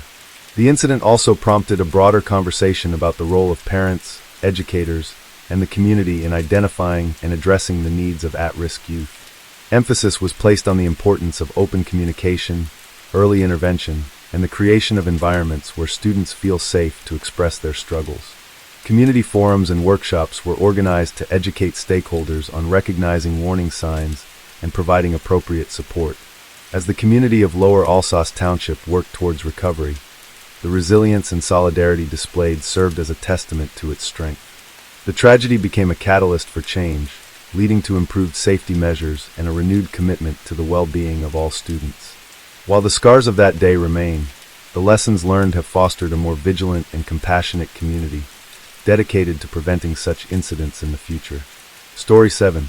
In the early hours of February 17, 2008, the bustling streets of Geylang, Singapore, known for their vibrant nightlife and diverse culture, became the backdrop for a tragic event that would resonate deeply within the community.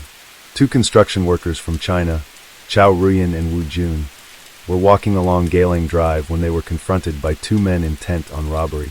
This encounter would escalate into a violent assault, leading to a case that highlighted the darker facets of urban life and the severe consequences of violent crime. Jabing Ko, a 24-year-old Malaysian from Sarawak, had come to Singapore seeking better economic opportunities. On that fateful night, accompanied by his compatriot, Gailing Anak Kujat, Ko was prowling the area, driven by a misguided sense of desperation and opportunism. Spotting Chao and Wu, they perceived the two men as easy targets, potentially carrying cash or valuables. The decision to confront them was both spontaneous and ill-fated. As they approached, a confrontation ensued. The exact sequence of events remains a subject of dispute, but what is clear is that Ko armed himself with a tree branch and, in a fit of aggression, struck Chao multiple times on the head. The force of the blows was so severe that it left Chao with 14 skull fractures, injuries that would prove fatal. Wu Jun managed to escape, his life spared but forever altered by the trauma of witnessing his friend's brutal assault. Chao was rushed to the hospital, where medical teams fought to save his life. Despite their efforts, the extent of his injuries was too great, and he succumbed to his wounds 6 days later.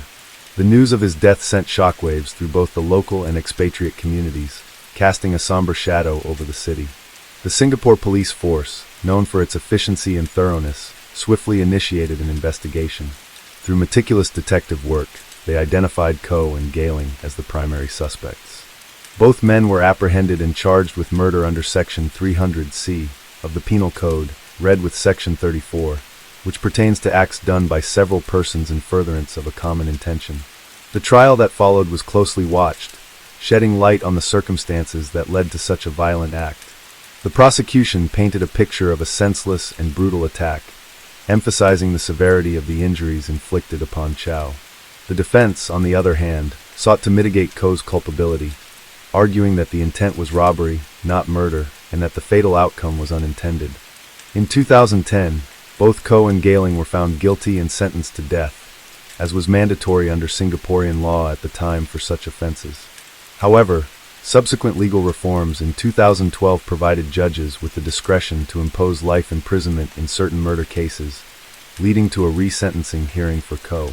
In 2013, Ko's sentence was commuted to life imprisonment with 24 strokes of the cane. The case took another turn when the prosecution appealed the reduced sentence. In January 2015, the Court of Appeal reinstated the death penalty for Ko, citing the brutality of the attack and the blatant disregard for human life. This decision underscored the judiciary's stance on violent crimes and the importance of upholding justice for the victims. Throughout this period, the case sparked discussions on the death penalty, judicial discretion, and the rehabilitation of offenders. Advocates for Ko highlighted his remorse and the potential for reform, while others emphasized the need for stringent penalties to deter heinous crimes. In May 2016, after exhausting all legal avenues and clemency petitions, Ko Jabing was executed. His case remains a poignant reminder of the complexities surrounding capital punishment and the profound impact of violent crime on victims, perpetrators, and society at large. The tragic events of that February night in 2008 continue to serve as a somber reflection on the consequences of desperation and violence, and the enduring quest for justice within the legal system. In the aftermath of the tragic incident on February 17, 2008, where 40-year-old Chinese national Chao Ruyan was fatally assaulted during a robbery in Gailing, Singapore, the legal proceedings that followed were both complex and closely observed. The case centered on two Malaysian nationals, Ko Jabing and Gailing Anak Kujat, who were accused of the crime. Following their arrest on February 26, 2008, both men were charged with murder under Section 300C of the Penal Code, which mandated the death penalty upon conviction. The trial commenced in July 2009, with Justice Kinting Chiu presiding over the High Court proceedings. During the trial, the prosecution presented a detailed account of the events leading to Chao's death. Evidence indicated that Ko Jabing had struck Chao multiple times on the head with a tree branch, resulting in 14 skull fractures and severe hemorrhaging.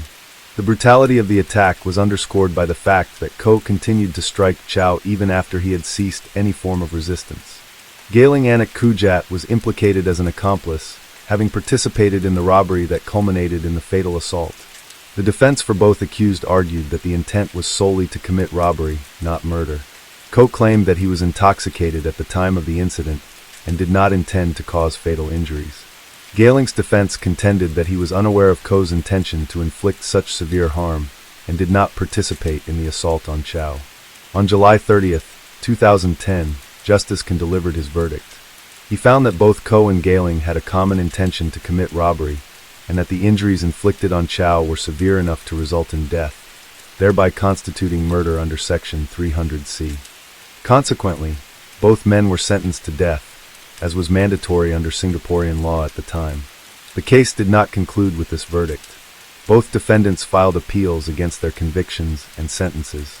In May 2011, the Court of Appeal rendered its decision. Ko Jabing's appeal was dismissed, upholding his conviction and death sentence. However, Gailing Anak Kujat's appeal was partially successful. His murder conviction was reduced to robbery with hurt, and he was subsequently resentenced to 18 years and 6 months imprisonment, along with 19 strokes of the cane. The legal journey took another turn in 2013, when Singapore amended its laws to allow judicial discretion in imposing the death penalty for certain categories of murder. This legislative change provided an opportunity for Ko Jabing to seek resentencing. In August 2013, upon review, Ko's death sentence was commuted to life imprisonment with 24 strokes of the cane. However, the prosecution appealed this resentencing decision, arguing that the heinous nature of the crime warranted the reinstatement of the death penalty. In January 2015, the Court of Appeal, in a split decision 3-2, reinstated Ko Jabing's death sentence, emphasizing the brutality of the attack and the need for a deterrent sentence.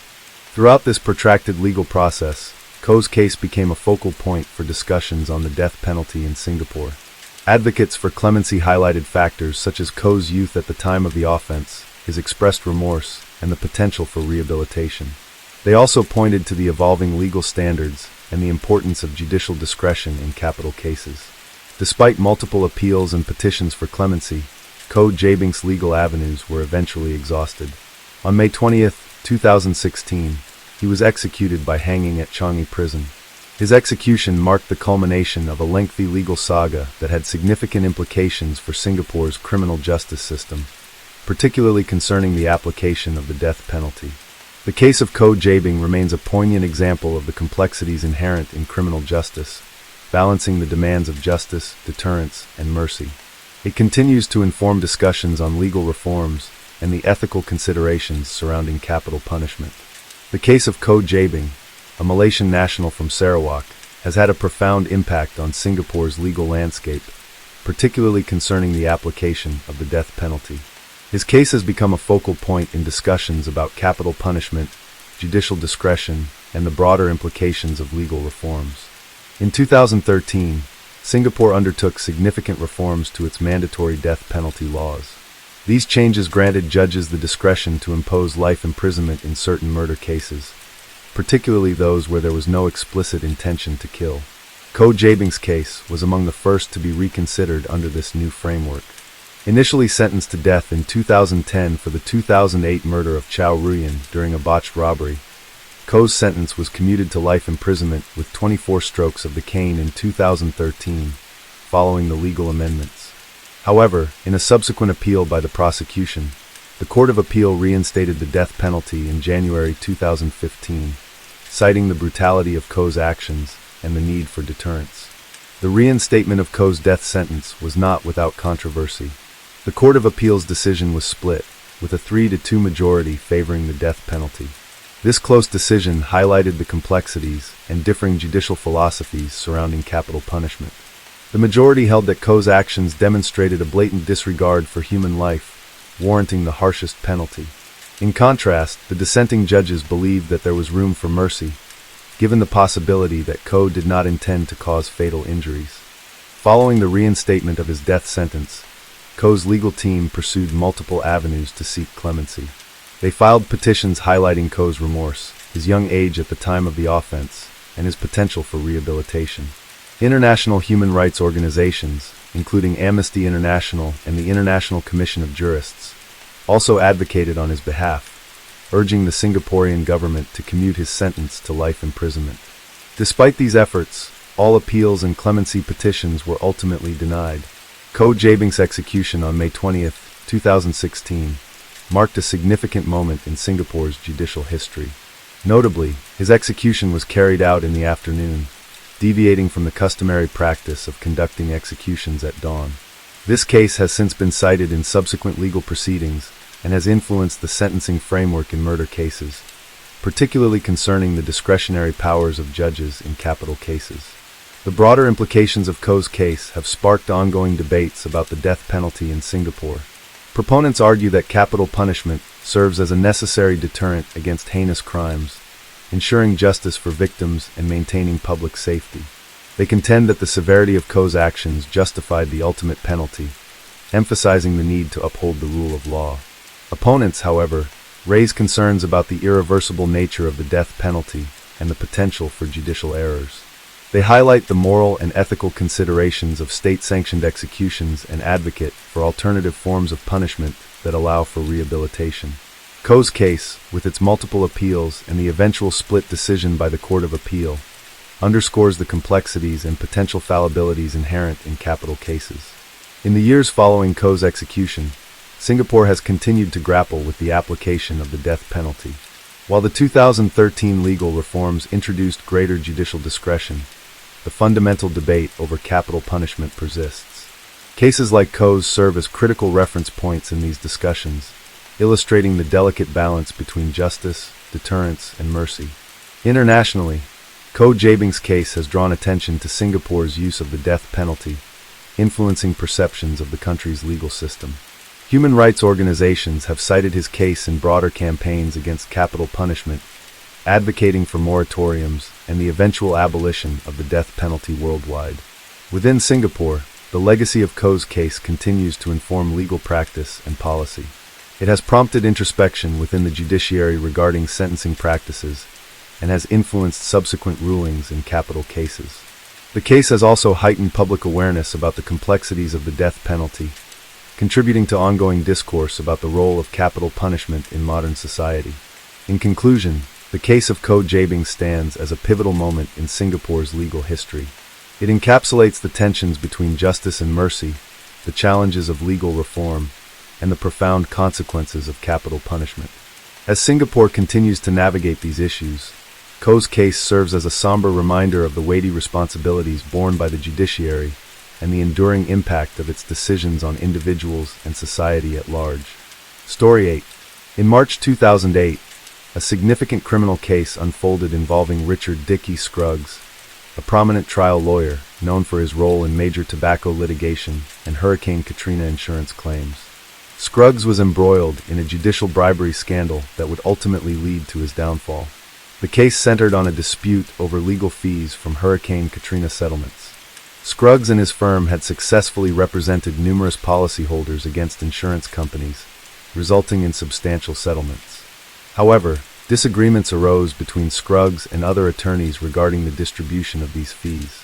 One such dispute led to a lawsuit filed by attorney Johnny Jones in the Circuit Court of Lafayette County, Mississippi. In an attempt to secure a favorable ruling in this fee dispute, Scruggs conspired to bribe Circuit Judge Henry Lackey, who was presiding over the case. The plan involved offering Judge Lackey $40,000 in exchange for a favorable decision. Unbeknownst to Scruggs, Judge Lackey reported the bribery attempt to federal authorities and cooperated with an FBI investigation. On March 14, 2008, Scruggs pleaded guilty in federal court to conspiring to bribe Judge Lackey.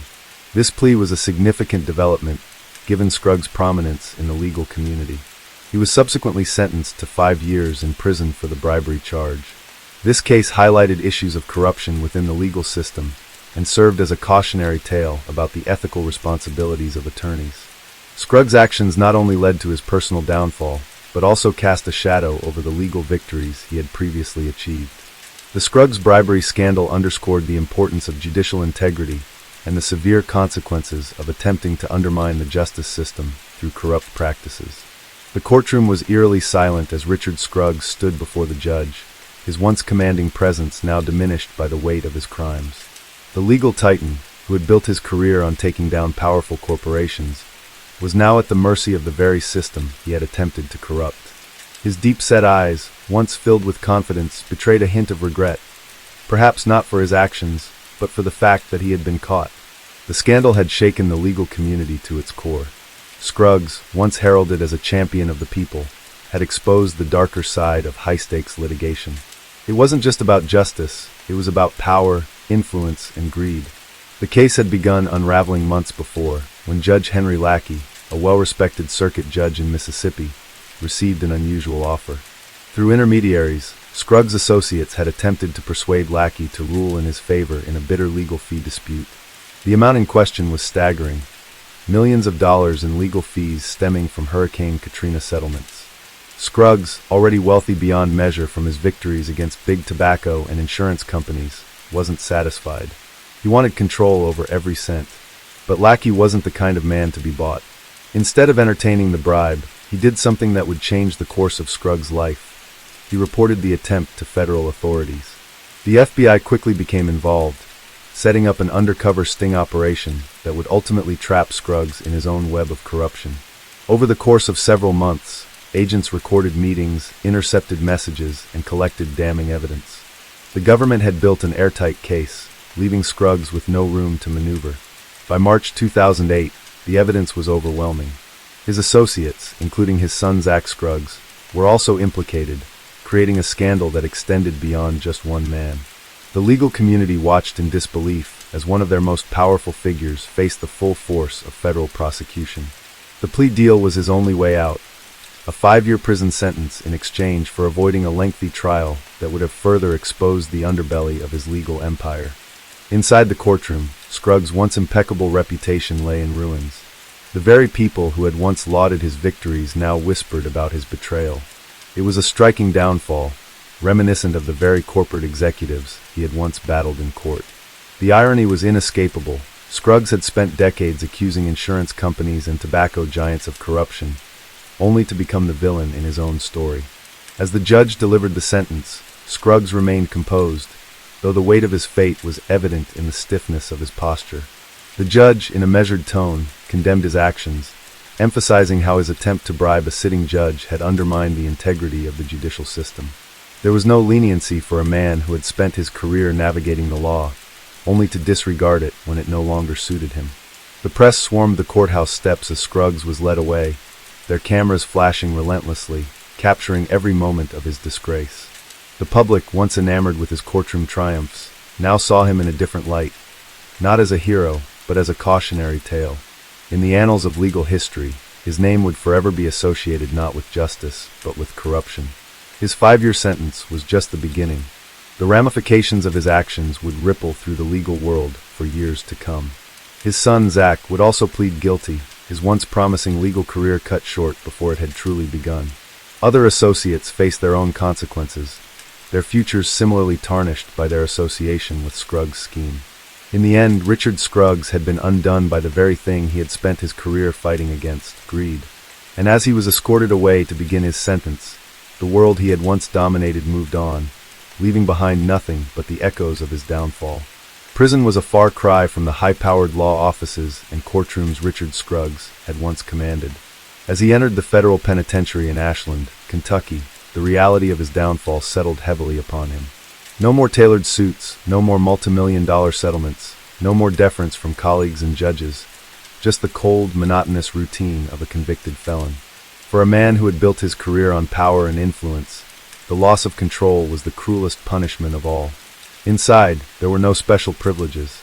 Though white-collar criminals were often housed separately from violent offenders, prison life was still a humiliating experience. Scruggs, once feared and respected in legal circles, was now just another inmate in a system he had spent his life navigating from the outside. He had to learn the unspoken rules of survival, just as he had once learned the intricacies of the law. The world outside moved on without him. The legal community dissected his case, using it as a cautionary tale for young lawyers about the dangers of hubris and unchecked ambition. His name, once synonymous with groundbreaking litigation, became a byword for corruption. Law students studied his downfall, and ethical discussions in legal classrooms often cited his case as an example of how greed could consume even the most successful attorneys. Meanwhile, the impact of his conviction extended beyond his own suffering. His family bore the weight of his disgrace, particularly his son Zach, who had also pleaded guilty to lesser charges. Once poised to follow in his father's footsteps, Zach's career was effectively over before it had begun. The Scruggs name, which had once opened doors in Mississippi's legal and political circles, had become a stain rather than a badge of honor. Back in Mississippi, those who had once worked with Scruggs tried to distance themselves from the scandal. Former allies, eager to preserve their own reputations, downplayed their associations with him. Some whispered that his downfall was inevitable, that his arrogance had grown unchecked for too long. Others speculated about whether his past victories had been entirely above board, or if this bribery case was merely the first scandal to come to light. His former legal adversaries, many of whom had suffered defeat at his hands, watched with a mixture of vindication and disbelief. For years, Scruggs had been a force to be reckoned with in the courtroom, a man who could dismantle corporations and insurance companies with his aggressive litigation tactics. Now he was a man stripped of everything: his career, his wealth, his freedom. As the months in prison passed, Scruggs had time to reflect on the choices that had led him there. He had once believed himself untouchable, a legal warrior who played by his own rules. But in the end, the system he had manipulated had closed in on him, proving that even the most powerful could fall. The years dragged on, and Scruggs adapted to life behind bars. He read voraciously, corresponded with family, and kept his mind active, but nothing could change the reality of his situation. The halls of power where he had once thrived were now out of reach. In 2012, after serving nearly his full sentence, he was released and returned to a world that no longer saw him as a titan of law. He would never practice again, his legacy forever tainted by the scandal that had sent him to prison. Though he attempted to rebuild some semblance of a life, the shadow of his crimes loomed over him. His story became a lesson, a reminder that no amount of success or wealth could place someone above the law. For Richard Scruggs, the fall from grace had been swift and brutal, a cautionary tale of ambition turned to greed, and of a man who had spent his life winning, until the day he lost everything. Story 9. In 2009, a criminal case emerged that captivated the American public and highlighted the complexities of the legal system. This case involved the arrest and subsequent trial of financier Bernard "Bernie" Madoff, who orchestrated one of the largest Ponzi schemes in history. Bernie Madoff was a well-respected figure on Wall Street, known for his role as the chairman of Bernard L. Madoff Investment Securities LLC, a firm he founded in 1960. Over the decades, Madoff built a reputation for delivering consistent, above-average returns to his investors, which included individuals, charities, and institutional clients. His firm was considered highly successful, and Madoff himself was seen as a financial wizard. However, beneath the veneer of success lay a fraudulent scheme that would eventually unravel. Madoff was running a Ponzi scheme, a form of fraud that involves paying returns to earlier investors using the capital of newer investors, rather than from profit earned by the operation of a legitimate business. This scheme relies on a continuous influx of new investments to provide returns to existing investors, creating the illusion of a profitable enterprise. The collapse of Madoff's scheme was precipitated by the financial crisis of 2008. As the economy faltered, many investors sought to withdraw their funds, leading to a liquidity crisis for Madoff's firm. Unable to meet the redemption requests, the fraudulent nature of the operation became apparent. On December 11, 2008, Madoff was arrested and charged with securities fraud. The news of Madoff's arrest sent shockwaves through the financial community. Investors who had entrusted their life savings to Madoff were devastated, and the scale of the fraud was staggering. Estimates suggested that the losses amounted to approximately $65 billion, making it the largest Ponzi scheme ever uncovered. In the ensuing months, investigators delved into the operations of Madoff's firm, uncovering the intricate details of the scheme. It was revealed that Madoff had been falsifying account statements and trading records to create the appearance of legitimate profits. He used his reputation and connections to attract new investors, perpetuating the cycle of fraud. The impact of Madoff's fraud was far-reaching. Many individuals lost their entire life savings, and several charitable organizations were forced to close due to the loss of their endowments. The scandal also led to increased scrutiny of regulatory agencies, such as the Securities and Exchange Commission, SEC, which had failed to detect the fraud despite previous warnings and investigations. As the legal proceedings progressed, Madoff faced numerous charges, including securities fraud, investment advisor fraud, and money laundering. The case highlighted the vulnerabilities in the financial regulatory system and prompted calls for reform to prevent similar schemes in the future. In March 2009, Madoff pleaded guilty to all charges, expressing remorse for his actions. He was subsequently sentenced to 150 years in prison, effectively a life sentence for the then 71-year-old financier. The severity of the sentence reflected the enormous impact of his crimes and served as a deterrent to others who might consider engaging in similar fraudulent activities. The Madoff case remains a significant event in the history of financial crime in the United States. It serves as a stark reminder of the potential for fraud within the financial system and underscores the importance of robust regulatory oversight to protect investors and maintain the integrity of the markets. It had been years since Bernard Madoff was sentenced, yet the reverberations of his crimes continued to echo through the financial world, the lives of his victims, and even within the walls of the prison he now called home. His fall from grace had been swift and absolute, reducing the once revered financier to nothing more than an inmate, stripped of the power and influence he had wielded for decades.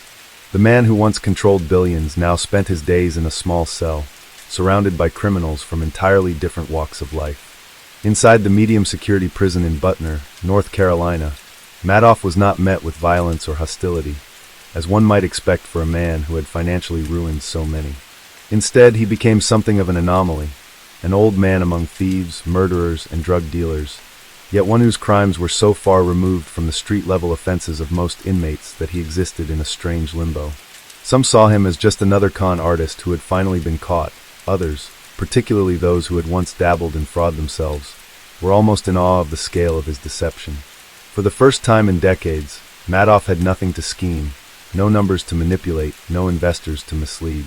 His days were monotonous, filled with the dull routines of prison life, early wake-ups, assigned labor, tasteless cafeteria meals, and the inescapable reality of confinement. He was no longer Bernie Madoff, the Wall Street titan. He was simply inmate #61727-054. Yet even in prison, the consequences of his crimes continued to unfold. His victims, numbering in the thousands, spent years trying to rebuild their lives, but for many, the damage was irreparable. Some had lost their entire life savings and found themselves destitute in their retirement years. Charitable foundations that had invested with Madoff collapsed overnight, leaving the causes they supported without funding. Families who had entrusted their wealth to him were left shattered, betrayed not just by the man himself, but by a financial system that had failed to stop him sooner. The psychological toll was just as severe as the financial devastation. Stories emerged of investors who had taken their own lives in despair after discovering they had lost everything. Among the most notable tragedies was the death of René Curie-Magan de la Villahuchet, a French aristocrat and money manager who had personally invested and lost millions with Madoff. Unable to face the reality of his ruined fortune and the losses suffered by his clients, he was found dead in his New York office, having taken his own life in the wake of the scandal. Even Madoff's own family was not spared from the fallout. His sons, Mark and Andrew, had both worked in the firm but claimed they had no knowledge of the fraud their father had orchestrated. Whether or not they were complicit was a matter of intense debate, but regardless of their innocence or guilt, they bore the stigma of the Madoff name. Mark, unable to cope with the disgrace and the relentless suspicion, hanged himself in his apartment on the second anniversary of his father's arrest, his young child asleep in the next room. Andrew, meanwhile, battled cancer, a fight many believed was exacerbated by the stress and shame of his father's crimes. He passed away in 2014, leaving behind a legacy tainted by association. Madoff himself, even as he aged and his health deteriorated, remained a man of contradictions. At times, he expressed remorse, acknowledging the pain he had caused and admitting that he had destroyed countless lives, including those of his own family. Yet there were also moments when he seemed unable, or unwilling, to fully accept the gravity of what he had done. He occasionally downplayed his guilt, suggesting that his clients should have known better, that they had been complicit in their own greed by believing in returns that were too good to be true. As the years passed, Madoff's world grew smaller. His health declined, and he became a frail shadow of the powerful financier he had once been. The man who had once controlled a financial empire was now confined to a prison infirmary, suffering from kidney disease and other ailments. He petitioned for compassionate release in 2020, arguing that he was terminally ill and had less than 18 months to live. The request was denied. The Bureau of Prisons determined that the severity of his crimes warranted no leniency, and so he remained in Butner, serving out the sentence that would ultimately be his last. On April 14, 2021, Bernard Madoff died in prison at the age of 82. There was no grand farewell, no final attempt at redemption. His name had long since become synonymous with fraud, and his death, though marking the end of a chapter, did little to ease the suffering of those he had deceived. The financial world moved on, the legal system continued to evolve, and new scandals emerged. Yet the Madoff saga remained a stark reminder of the dangers of unchecked greed and the catastrophic consequences of deception at the highest levels.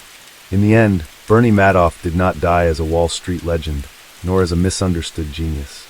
He died as a fraud, a man whose ambition had consumed him, leaving behind a legacy of ruin and betrayal. And though his physical presence was gone, the scars he left on his victims, his family, and the financial world would endure long after his name faded from the headlines. As Bernie Madoff sat in his prison cell, the world outside continued to grapple with the consequences of his crimes. His victims, numbering in the thousands, faced financial ruin, legal battles, and the emotional devastation of betrayal.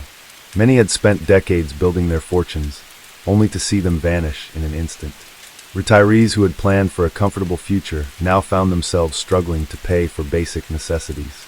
Charitable organizations that had relied on Madoff's firm for investment returns collapsed, their missions cut short by the largest Ponzi scheme in history. The scale of the damage was almost incomprehensible. Estimates placed the total losses at $65 billion, though the actual amount of money Madoff had physically stolen was closer to $18 billion. The difference represented the fictitious profits he had promised to his clients, illusory wealth that had never existed.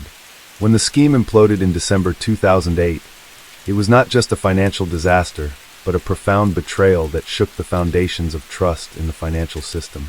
Investigations into how Madoff had managed to maintain his fraud for so long revealed deep failures within the regulatory system. The Securities and Exchange Commission, SEC, the government agency responsible for policing Wall Street, had received multiple warnings about Madoff's suspiciously consistent returns over the years. One of the most damning reports came from a financial analyst named Harry Markopoulos, who had repeatedly alerted regulators that Madoff's operation was mathematically impossible. Despite these warnings, Madoff was never properly investigated until it was too late. The scandal exposed serious flaws in regulatory oversight and led to widespread calls for reform. But while lawmakers debated how to prevent another Ponzi scheme of this magnitude, the people who had lost everything were left to pick up the pieces. Many turned to litigation in an effort to recover their money. Irving Picard, the court-appointed trustee in charge of recovering funds for Madoff's victims, worked tirelessly to claw back assets from those who had profited from the scheme, including banks, hedge funds, and even individuals who had unknowingly received fraudulent returns. His efforts ultimately resulted in the recovery of billions of dollars, but for many victims, the compensation was too little too late. For Madoff's family, the fallout was just as devastating. His wife, Ruth, who had once enjoyed a life of luxury in their multi-million-dollar Manhattan penthouse, found herself a social pariah. Though she initially defended her husband, she later claimed that she had been unaware of his crimes. She agreed to forfeit nearly all of their assets, leaving her with only a fraction of the wealth they had once possessed. She moved into a modest rental home in Florida, attempting to live out the rest of her life in relative obscurity. Madoff's two sons, Mark and Andrew, who had worked at their father's firm but insisted they had no knowledge of the fraud, faced relentless public scrutiny. Many refused to believe that they had been unaware of the scheme, and they struggled to escape the stigma of their last name. The pressure proved too much for Mark, who took his own life in December 2010, exactly 2 years after his father's arrest. He was found hanged in his apartment, leaving behind a wife and 2 children. Andrew, meanwhile, was diagnosed with a rare form of cancer, which he had initially beaten years before. But the stress of the scandal, combined with the grief of his brother's death, took its toll. He died in 2014 at the age of 48. Even in prison, Madoff could not escape the consequences of his actions. Though he was housed in a relatively low-security facility, he was not treated with any special deference. Fellow inmates, some of whom had committed violent crimes, saw him as nothing more than another conman who had finally been caught. Some reportedly expressed grudging respect for the scale of his fraud, while others viewed him with contempt. As he aged, Madoff's health deteriorated. He suffered from kidney disease, heart problems, and other ailments common among elderly prisoners. He applied for compassionate release in 2020, claiming that he was terminally ill and had less than 2 years to live. His request was denied. The judge overseeing his case ruled that the severity of his crimes outweighed any consideration for early release. On April 14, 2021, Bernie Madoff died in prison at the age of 82. There was no public memorial, no outpouring of grief from friends or colleagues. His death was met with little sympathy, as the world remembered him not as a financial genius, but as a symbol of greed and deception. His legacy was forever tarnished, his name synonymous with the very worst abuses of power in the financial world. The Madoff scandal left behind lasting lessons.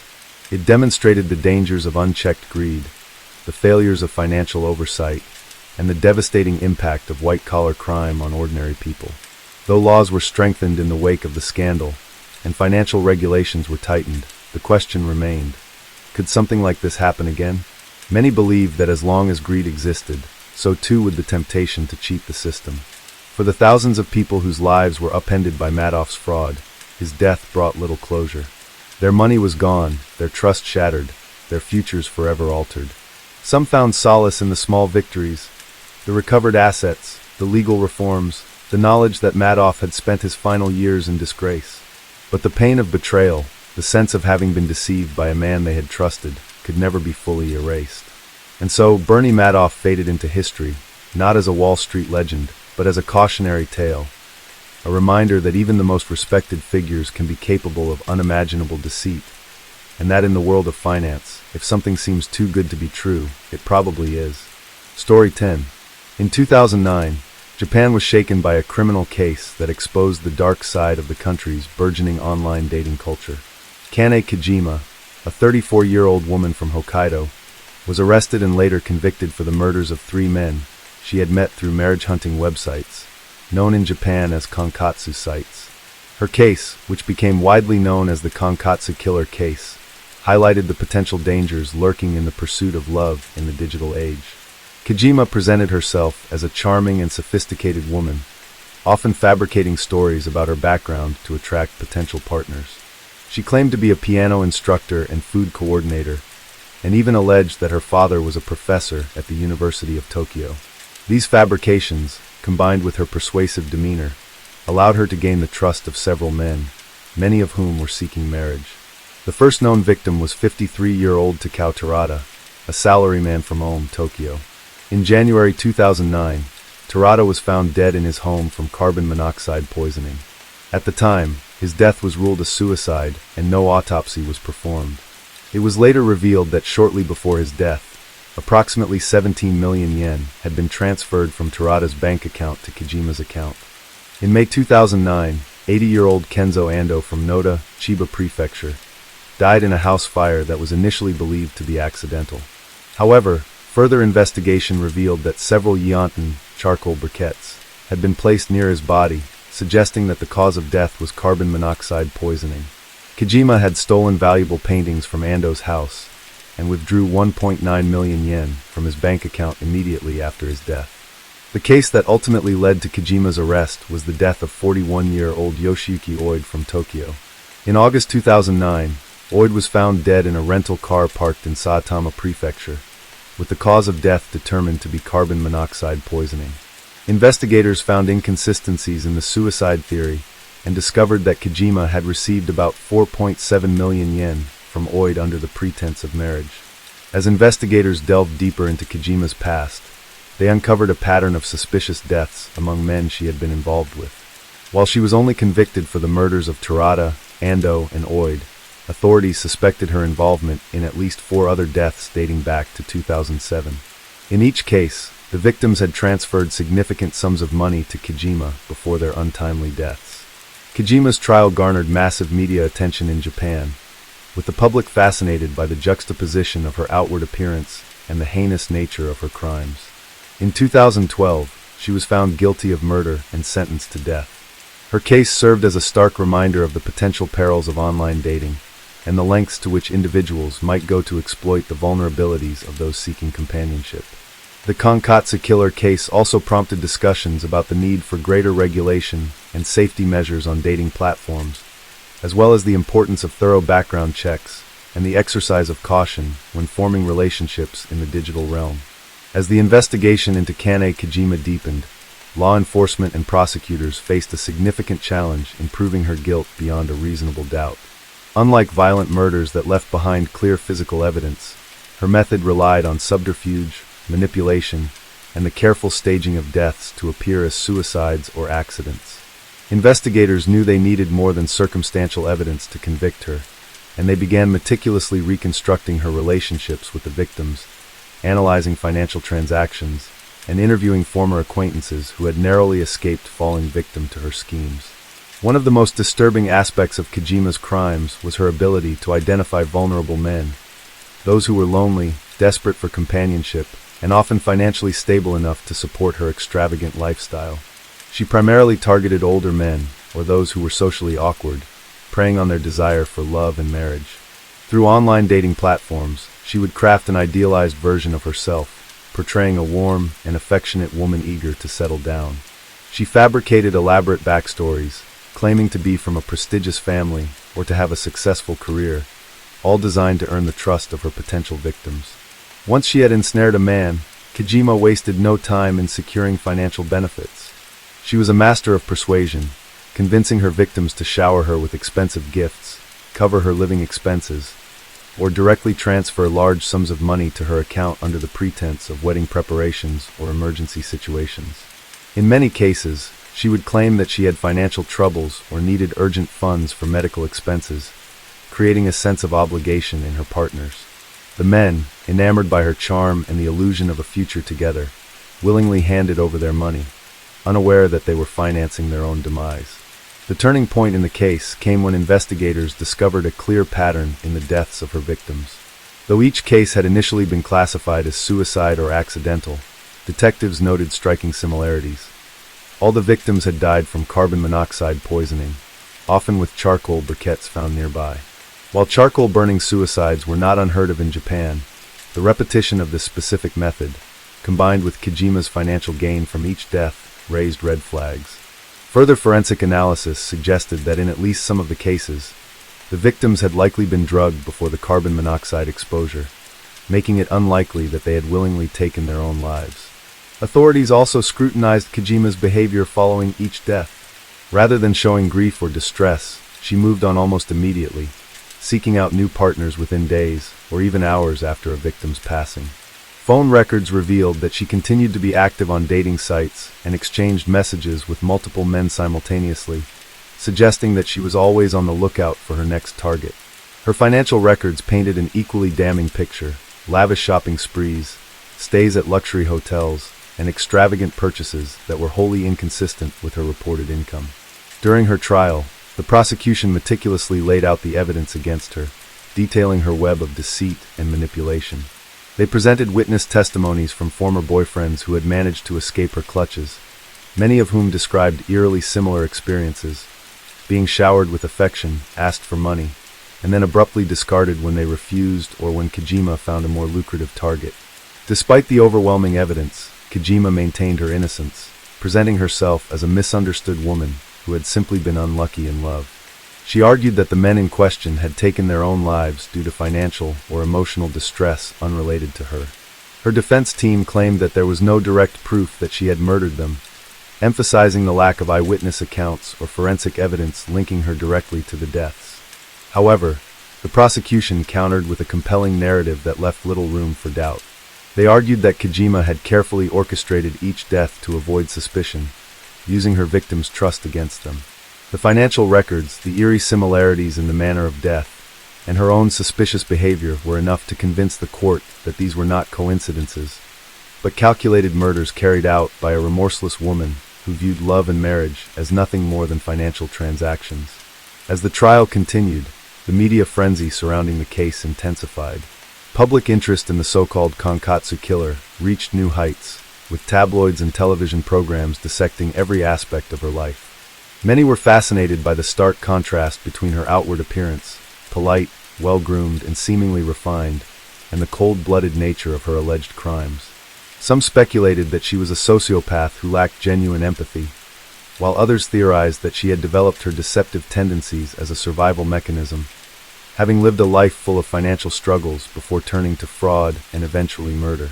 Throughout the proceedings, Kojima remained composed, often smirking in court or displaying an air of defiance. Unlike many defendants facing murder charges, she did not appear remorseful or anxious about her fate.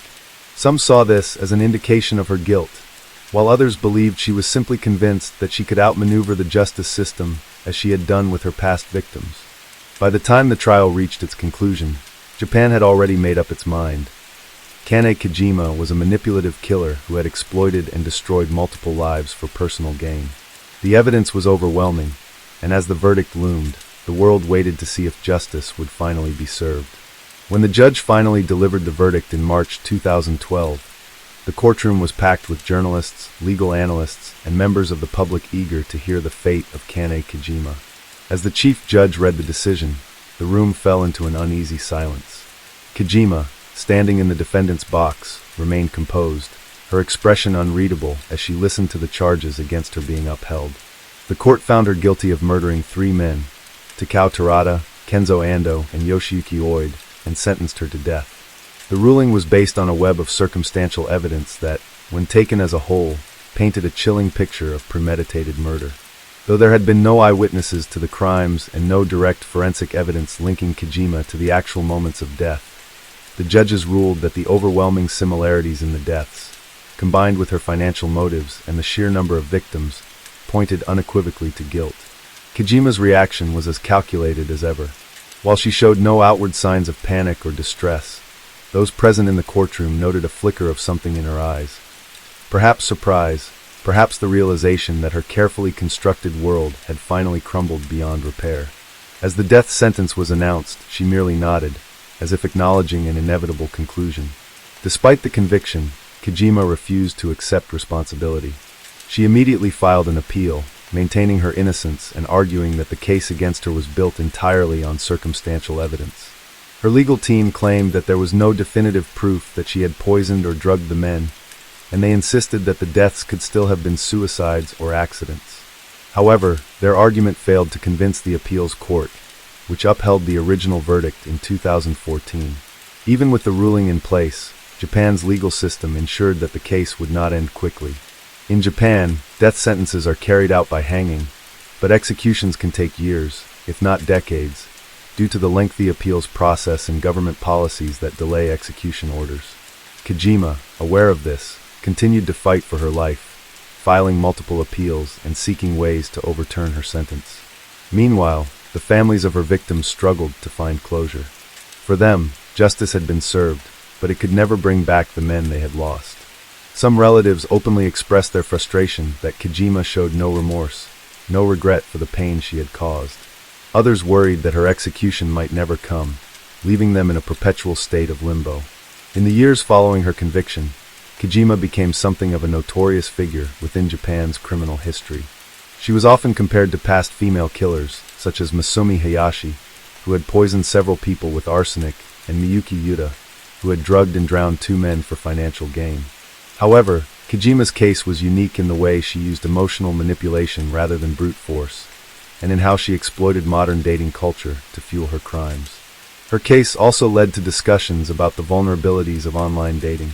While many people used matchmaking sites for genuine connections, Kojima's ability to deceive and exploit lonely men served as a stark reminder that not everyone online had honest intentions. Experts in law enforcement and psychology debated whether there should be stricter regulations on dating services to prevent similar cases in the future. Some companies introduced additional identity verification measures, but there was little that could be done to fully prevent someone with Kojima's level of deception from preying on others. Inside prison, Kojima reportedly remained defiant. Unlike many prisoners on death row, who often fade into obscurity, she kept herself in the public eye by maintaining correspondence with supporters and even publishing a book from behind bars. In her writings, she portrayed herself as a victim of an unfair justice system, continuing to deny any involvement in the deaths of her former lovers. This only fueled public anger, as many saw it as yet another attempt to manipulate and control the narrative surrounding her crimes.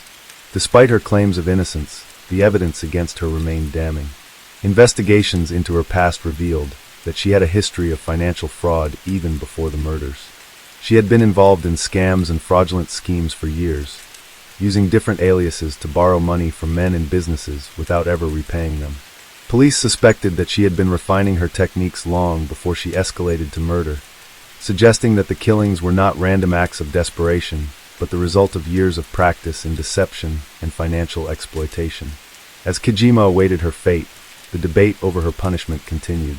Some legal experts questioned whether the death penalty was the appropriate sentence, arguing that without direct forensic proof of murder, she should have been given life imprisonment instead. Others pointed out that Japan's judicial system had rarely handed down the death sentence to women, making her case an unusual precedent. However, the general public had little sympathy for her. The sheer coldness of her actions, the deliberate way she targeted and disposed of vulnerable men, and her complete lack of remorse made her one of the most despised criminals in modern Japanese history. Years passed, and Kojima remained in her cell, appealing her sentence at every opportunity. Unlike other inmates on death row, who often isolate themselves, she continued to engage with the media and legal system, refusing to fade into the background. Whether she would ultimately be executed or continue to fight her sentence indefinitely remained uncertain. But no matter what happened, one thing was clear. Kane Kojima would forever be remembered not as a woman seeking love, but as a predator who used romance as a weapon, a woman who lured men with the promise of companionship, only to leave them penniless and dead. And in that legacy, she ensured that her name would remain etched in the annals of crime history, a cautionary tale of deception, greed, and the darkness that can sometimes lurk behind a smiling face. Story 11. In 2009, Indonesia was captivated by a legal case that underscored the tensions between freedom of expression and defamation laws in the digital age. Prida Mulyasari, a 32-year-old housewife and mother of two, found herself at the center of a national controversy after she was sued by Omni International Hospital in Tangerang for defamation. Her alleged crime? Sending an email to friends detailing her dissatisfaction with the hospital's services, which subsequently went viral. Prida's ordeal began in August 2008 when she sought treatment at Omni Hospital for what was initially diagnosed as dengue fever. Dissatisfied with the care she received and the hospital's handling of her condition, she composed an email expressing her grievances and warning others about her experience. This email, intended for a private audience, quickly spread across the internet, reaching online forums and social media platforms. The hospital responded by filing both civil and criminal defamation charges against Prida, citing reputational damage. In May 2009, the Tangerang District Court found her guilty in the civil case, ordering her to pay a fine of 204 million rupiah, approximately $20,500. Concurrently, the criminal case led to her detention, sparking widespread public outrage. The case highlighted the overreaction of Indonesian prosecutors when presented with cases being pursued by influential individuals and companies. Due to the proximity of the presidential elections in July 2009, the various candidates either visited Prida Mulyasari in jail or publicly commented on the case.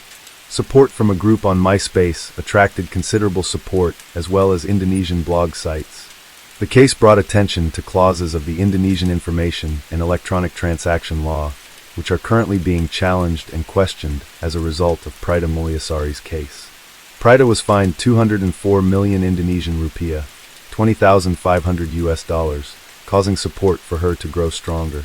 A mailing list and Facebook group called Coin Untuk Prida started raising money from people throughout Indonesia.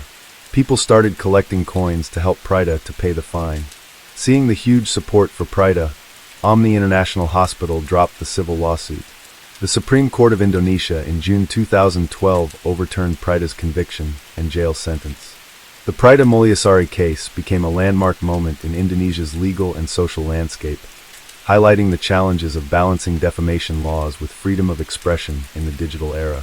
It underscored the need for legal reforms to protect individuals' rights to voice their opinions without fear of undue legal repercussions, especially in matters of public interest.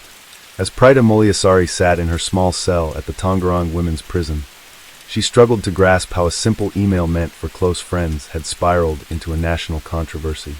She had never imagined that expressing her personal frustration about a hospital visit would lead to a legal battle that could change the course of her life. With 2 young children at home, her greatest fear was not the prison walls that now surrounded her, but the thought of being separated from them for years.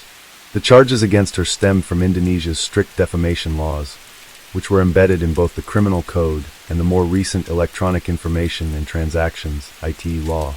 The latter, passed in 2008, had introduced new regulations on digital communication, making it easier for individuals and corporations to pursue defamation cases based on online statements.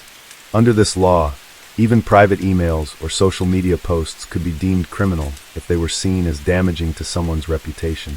Omni International Hospital, the plaintiff in her case, argued that Prida's email had tarnished their reputation, causing patients to lose trust in their services. They claimed financial losses as a result of the negative publicity. The hospital's legal team pushed aggressively for her conviction, despite growing public sympathy for her plight. Many Indonesians saw the lawsuit as a case of corporate bullying, a powerful institution using the legal system to silence an ordinary citizen. Public support for Prida grew rapidly. Her story spread across newspapers, radio, and television, turning her into an unexpected symbol of resistance against Indonesia's outdated defamation laws. Bloggers, social media users, and human rights organizations rallied behind her, launching the campaign Coin Untuk Prida, Coins for Prida. Thousands of Indonesians from all walks of life began collecting spare change to help her pay the hefty 204 million Indonesian rupiah fine imposed by the civil court. The campaign gained immense traction, with people donating coins in jars, envelopes, and even sacks. Schools, offices, and community centers across the country became collection points for the donations. The case also caught the attention of Indonesia's political elite, as it unfolded just months before the 2009 presidential elections. Candidates, eager to align themselves with the growing wave of public anger, made statements in support of Prida. Some visited her in prison, while others called for a review of the defamation laws that had led to her prosecution. The controversy became a rallying point for discussions about freedom of speech, the influence of corporations in legal matters, and the need for judicial reform. As Prida awaited trial for the criminal case, her defense team worked tirelessly to challenge the charges. They argued that she had never intended to defame the hospital. Her email was a private correspondence expressing personal dissatisfaction. The hospital, they contended, had turned a minor grievance into a full-scale legal attack, seeking to set an example that would deter others from criticizing them in the future. Inside the courtroom, the prosecution presented evidence of the email's widespread circulation as proof that Prida's words had caused harm to the hospital's reputation. They argued that by making negative claims about the hospital's services, she had acted irresponsibly, damaging a business that provided critical medical care to the public. The judges listened attentively, aware that their decision would have far-reaching implications beyond this one case. Outside, protests grew louder. Activists staged demonstrations in front of government buildings, demanding justice for Prida and calling for a revision of the ITE law. Hashtags supporting her trended on social media, and journalists wrote editorials questioning whether Indonesia was becoming a country where citizens could no longer speak freely without fear of imprisonment. The sheer scale of the public backlash began to put pressure on the judiciary. In late 2009, under immense scrutiny, the Supreme Court overturned Prida's civil fine. However, the criminal case still loomed over her, and she remained in legal limbo, facing the possibility of a prison sentence. Despite the legal uncertainty, the Coin Untuk Prida campaign continued to grow. By the end of the year, donations had exceeded the amount originally required to pay the fine. Seeing the overwhelming support she had received, Omni International Hospital abruptly withdrew its civil lawsuit, a move widely seen as an attempt to salvage its reputation, which had been severely damaged by the public backlash. However, the criminal charges still needed to be resolved, and Prida remained on trial for alleged defamation. At this point, the case had become much more than just a dispute between a patient and a hospital. It had evolved into a symbol of the growing demand for reform in Indonesia's legal system. Lawyers, journalists, and civil society organizations used Prida's ordeal as a case study, urging the government to revise defamation laws that allowed powerful entities to silence ordinary citizens. Critics pointed out that many other Indonesians had been similarly targeted under the IT law, but lacked the public support and visibility that Prida had gained. Meanwhile, Prida's personal life remained in turmoil. Though she was allowed to reunite with her children while out on bail, the emotional toll of the trial weighed heavily on her. She faced constant media attention, with reporters following her every move. Supporters praised her as a hero, while others viewed her as an unintended symbol of a broken legal system. As the trial neared its conclusion, the court faced a difficult decision. Would they uphold the defamation charges and sentence a mother of two to prison for writing an email? Or would they acknowledge the growing demand for legal reform and acquit her? For Prida, the uncertainty was agonizing. She had never set out to become a public figure or a political symbol. She simply wanted to share her experience as a dissatisfied patient. Now, she stood at the center of a national legal battle that would determine the future of free expression in Indonesia. As the final days of Prida Mulyasari's trial approached, the atmosphere in Indonesia was charged with anticipation. The case had long since evolved from a personal legal battle into a symbol of broader societal issues: freedom of speech, corporate power, and the weaknesses in Indonesia's defamation laws. The courtroom was packed with journalists, legal analysts, and supporters who had followed her case for months. Across the country, people debated whether the judiciary would bow to public pressure or stand firm on the defamation charges against her. Despite the withdrawal of the civil lawsuit by Omni International Hospital, the criminal case remained unresolved. The prosecution insisted that Prida's email had violated the controversial 2008 Electronic Information and Transactions (IT) law, which made defamation via digital communication a criminal offense. The law was originally designed to combat cybercrime, but had instead been weaponized by powerful institutions to silence criticism. Lawyers and human rights activists had long criticized it, arguing that it allowed for vague interpretations that could be used to imprison individuals for simply sharing opinions online. Prida had become its most high-profile victim. The defense team presented its closing arguments with a sense of urgency. They reiterated that Prida had never intended to make her email public. It had been a private message sent to a few friends, only for it to be forwarded and shared beyond her control. They emphasized the importance of distinguishing between genuine defamation and personal opinions expressed in private communications. The defense argued that criminalizing such speech set a dangerous precedent, one that could discourage people from speaking out against wrongdoing in any industry. Outside the courthouse, a growing crowd of supporters held signs reading "Bebaskan Prida," "Free Prida," and "Revisi UIT," "Revise the IT law." The protests were peaceful, but the message was clear. Indonesia's people would not accept a ruling that punished a citizen for sharing a personal experience. The legal system was at a crossroads, facing a decision that could either affirm the country's commitment to justice or expose the imbalance of power between ordinary people and corporations.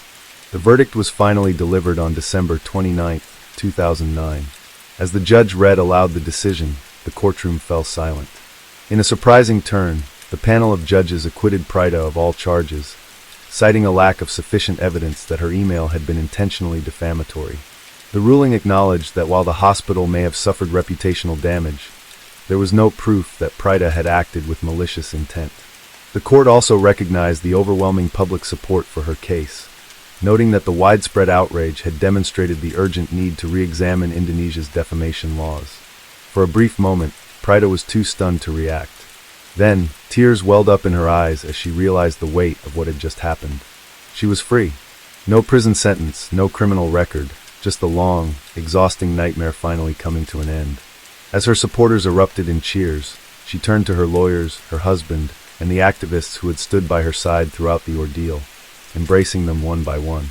But while Prida had won her freedom, the battle for legal reform was far from over. Her case had exposed the dangers of the IT law, sparking widespread debate about its flaws.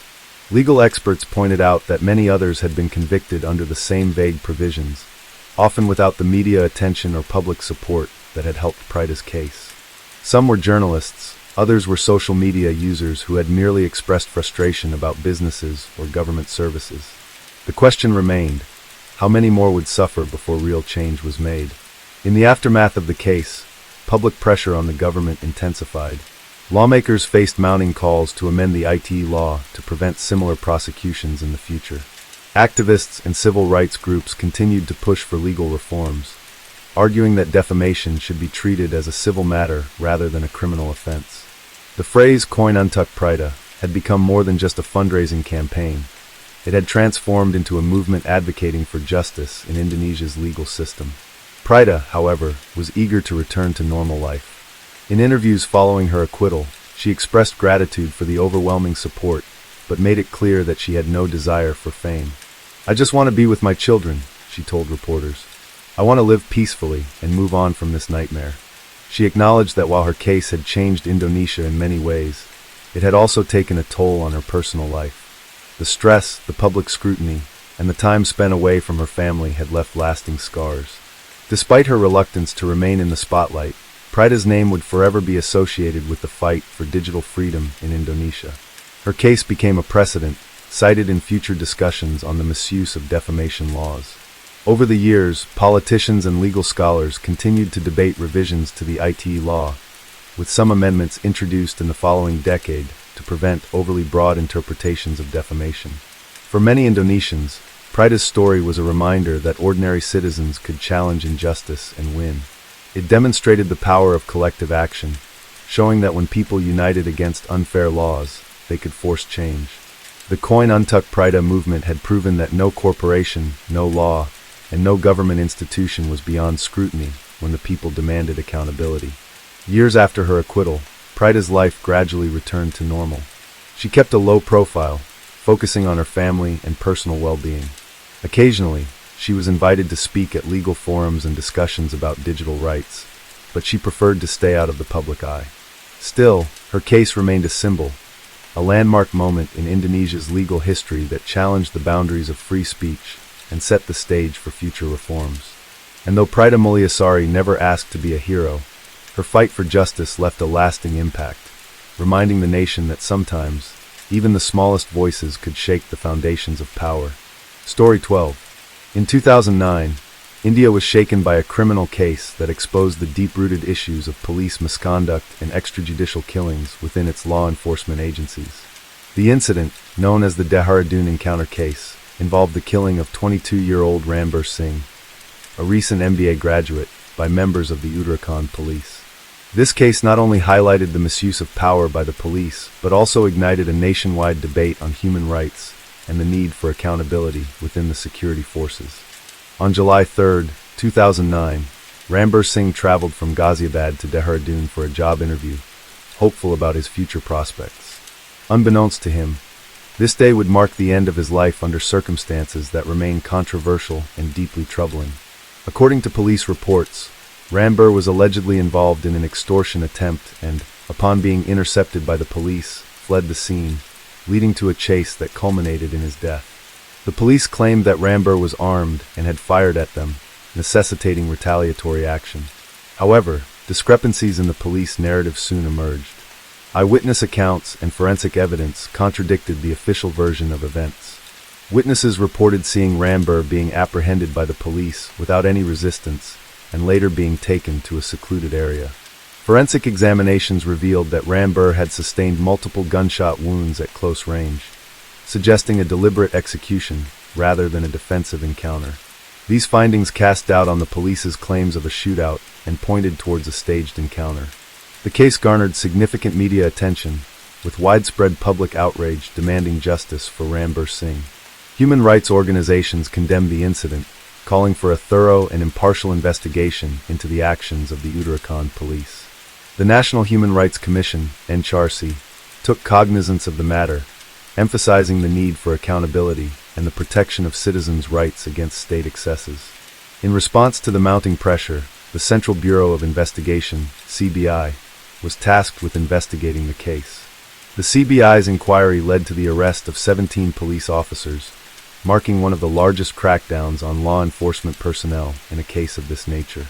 The accused officers faced charges including murder, kidnapping, and the destruction of evidence. The trial that ensued was closely watched, symbolizing a critical test of India's judicial system in addressing police brutality and ensuring justice for victims of state violence. The Dehradun encounter case served as a grim reminder of the prevalence of extrajudicial killings in India, often referred to as fake encounters.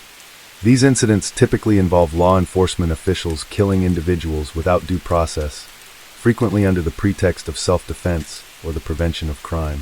Such practices have been criticized for circumventing the legal system and violating fundamental human rights. The public outcry following Rambir Singh's death underscored the growing intolerance for such abuses of power. Citizens, civil society groups, and the media collectively called for systemic reforms to prevent future occurrences. The case highlighted the urgent need for implementing accountability mechanisms within the police force, including the establishment of independent oversight bodies, the adoption of body cameras, and the enforcement of strict protocols governing the use of force. As the legal proceedings progressed, the nation awaited the outcome, recognizing that the verdict would have far-reaching implications for the rule of law and human rights in India. The Dehradun encounter case not only sought justice for Rambir Singh, but also aimed to set a precedent in curbing police impunity and reinforcing the principles of democracy and justice in the country. In conclusion, the tragic death of Rambir Singh in 2009 illuminated the critical issues of police misconduct and the necessity for comprehensive reforms within India's law enforcement agencies. The case served as a catalyst for national introspection on the values of justice, accountability, and the protection of human rights, prompting a re-evaluation of the relationship between the state and its citizens. The investigation into the Dehradun encounter case quickly became a focal point of national attention, not only because of the brutal manner in which Rambir Singh was killed, but also due to the larger implications it had for law enforcement practices in India. As the Central Bureau of Investigation (CBI) began its probe, disturbing details emerged that challenged the official version of events provided by the Uttarakhand police. The inconsistencies in the police report, combined with forensic findings and eyewitness testimonies, painted a picture of premeditated execution rather than a lawful encounter. According to the police, Rambir Singh was part of a gang involved in extortion and had fired at the police when confronted, forcing them to retaliate in self-defense. However, multiple witnesses reported seeing Rambir alive and in police custody hours before his body was found riddled with bullets. Surveillance footage from a nearby area contradicted the police timeline, showing that Rambir had been taken away in a police vehicle after being apprehended. This raised serious concerns about the authenticity of the encounter and suggested that he had been killed in cold blood rather than in a shootout. The autopsy report further dismantled the police's self-defense claim. The forensic analysis revealed that Rambir had been shot multiple times at close range, with entry wounds on his back and signs of torture on his body. The bullets had been fired from an angle suggesting that he had been restrained or immobilized at the time of the shooting. There were also bruises and deep lacerations on his wrists, indicating that he had been handcuffed before being executed. These findings confirmed the fears of human rights activists and the victim's family, that Rambir had been deliberately killed in a staged encounter. As the details of the case became public, outrage spread across the country. The killing of a young MBA graduate with no criminal record led to an eruption of protests, particularly in Delhi and Uttarakhand, where students, activists, and ordinary citizens demanded justice. His family, devastated and seeking answers, accused the police of fabricating charges against Rambir to justify the encounter.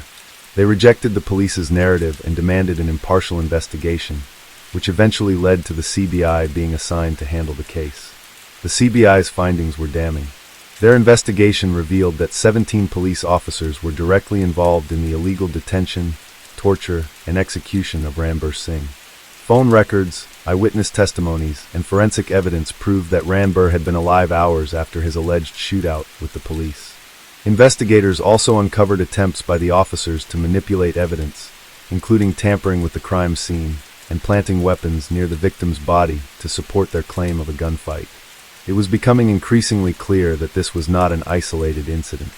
Over the years, India had seen a troubling pattern of extrajudicial killings carried out under the guise of law enforcement. Known as fake encounters, these killings were often used as a means to eliminate individuals suspected of crimes without going through the legal process.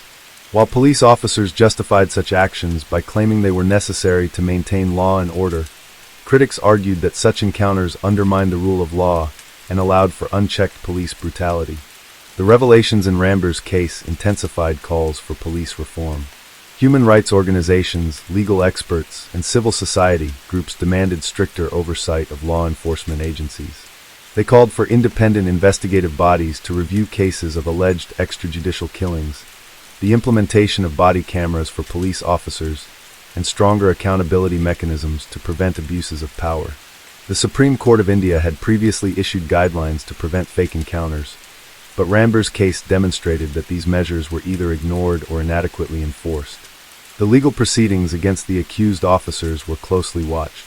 Unlike in many past cases where police officers escaped punishment due to political connections or lack of evidence, the weight of the CBI's investigation ensured that the trial moved forward.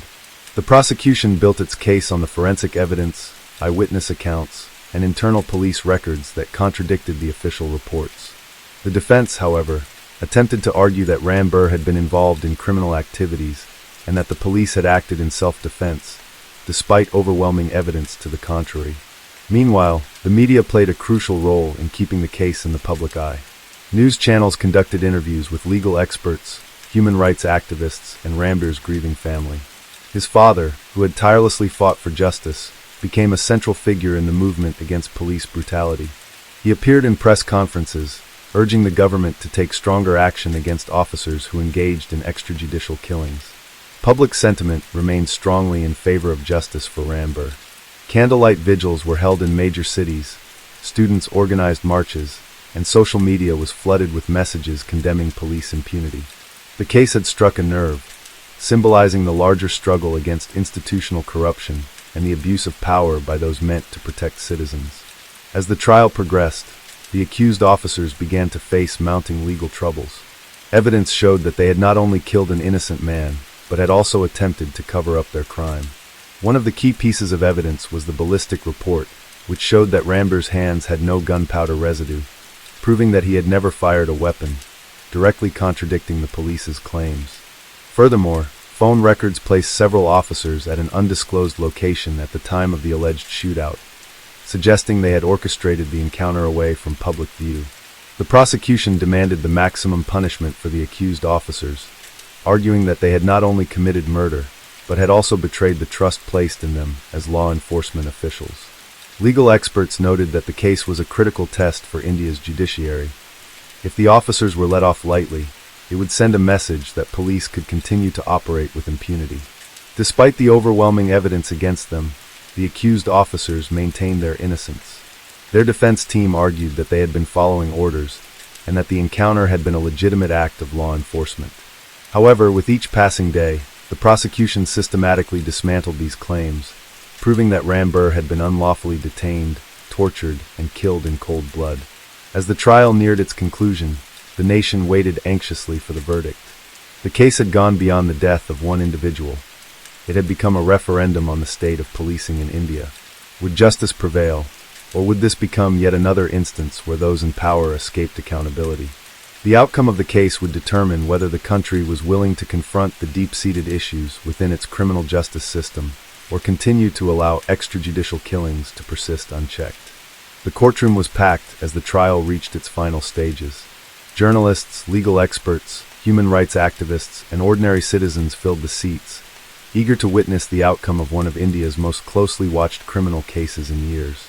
Ramber Singh's family sat in the front row, his father's face etched with the pain of a long, exhausting fight for justice. The accused officers, wearing solemn expressions, awaited the verdict that would determine their fate. The weight of the proceedings was immense. This was not just about the brutal killing of a single man, but about the accountability of law enforcement in a country where extrajudicial killings had long been an open secret. The prosecution had meticulously dismantled the defense's arguments over the past several weeks. They presented forensic reports proving that Ramber was handcuffed and immobilized at the time of his death, and that the bullet trajectories indicated he had been shot at close range, execution style. Witnesses testified that they had seen the police take him into custody alive, contradicting the officer's claim that he was gunned down in a shootout. Call records placed several officers together at a secluded location at the time of the killing, reinforcing the theory that the encounter had been staged. The defense attempted to counter these claims by reiterating that Ramber had a criminal background, though they failed to provide any solid evidence to support this. Their narrative that the police acted in self-defense crumbled under scrutiny, as ballistic tests showed that Ramber had not fired a weapon. The defense's last hope rested on procedural loopholes and political influence, tactics that had worked in similar cases in the past. However, this time, the overwhelming public scrutiny made it difficult for any backdoor deals to be struck. The judge, recognizing the gravity of the case, took time to carefully weigh the evidence before delivering his ruling. The verdict finally arrived, and the courtroom held its collective breath as the judge began reading his decision. 17 police officers were found guilty of murder, kidnapping, and destruction of evidence. The ruling was historic. Rarely had such a large number of police personnel been convicted for an extrajudicial killing in India. The court acknowledged that the encounter had been staged, that Ramber Singh was an innocent man who had been falsely implicated, and that his execution was a gross violation of human rights. As the sentences were read, the emotions in the courtroom erupted. Ramber's father broke down in tears, his years of relentless struggle culminating in a hard-fought victory. Supporters of police reform celebrated the ruling as a crucial step toward justice and accountability. The convicted officers, many of whom had believed themselves untouchable, stood motionless as they realized they would spend years behind bars. The ruling set off a wave of reactions across the country. Legal experts hailed it as a landmark decision that would serve as a precedent for future cases of police brutality. Human rights organizations praised the judiciary for standing up against the culture of impunity that had long plagued the law enforcement system. The media dissected every aspect of the case, from the flawed police procedures to the broader implications of the verdict. Public sentiment was overwhelmingly in favor of the conviction, with many hoping that this would deter future cases of fake encounters.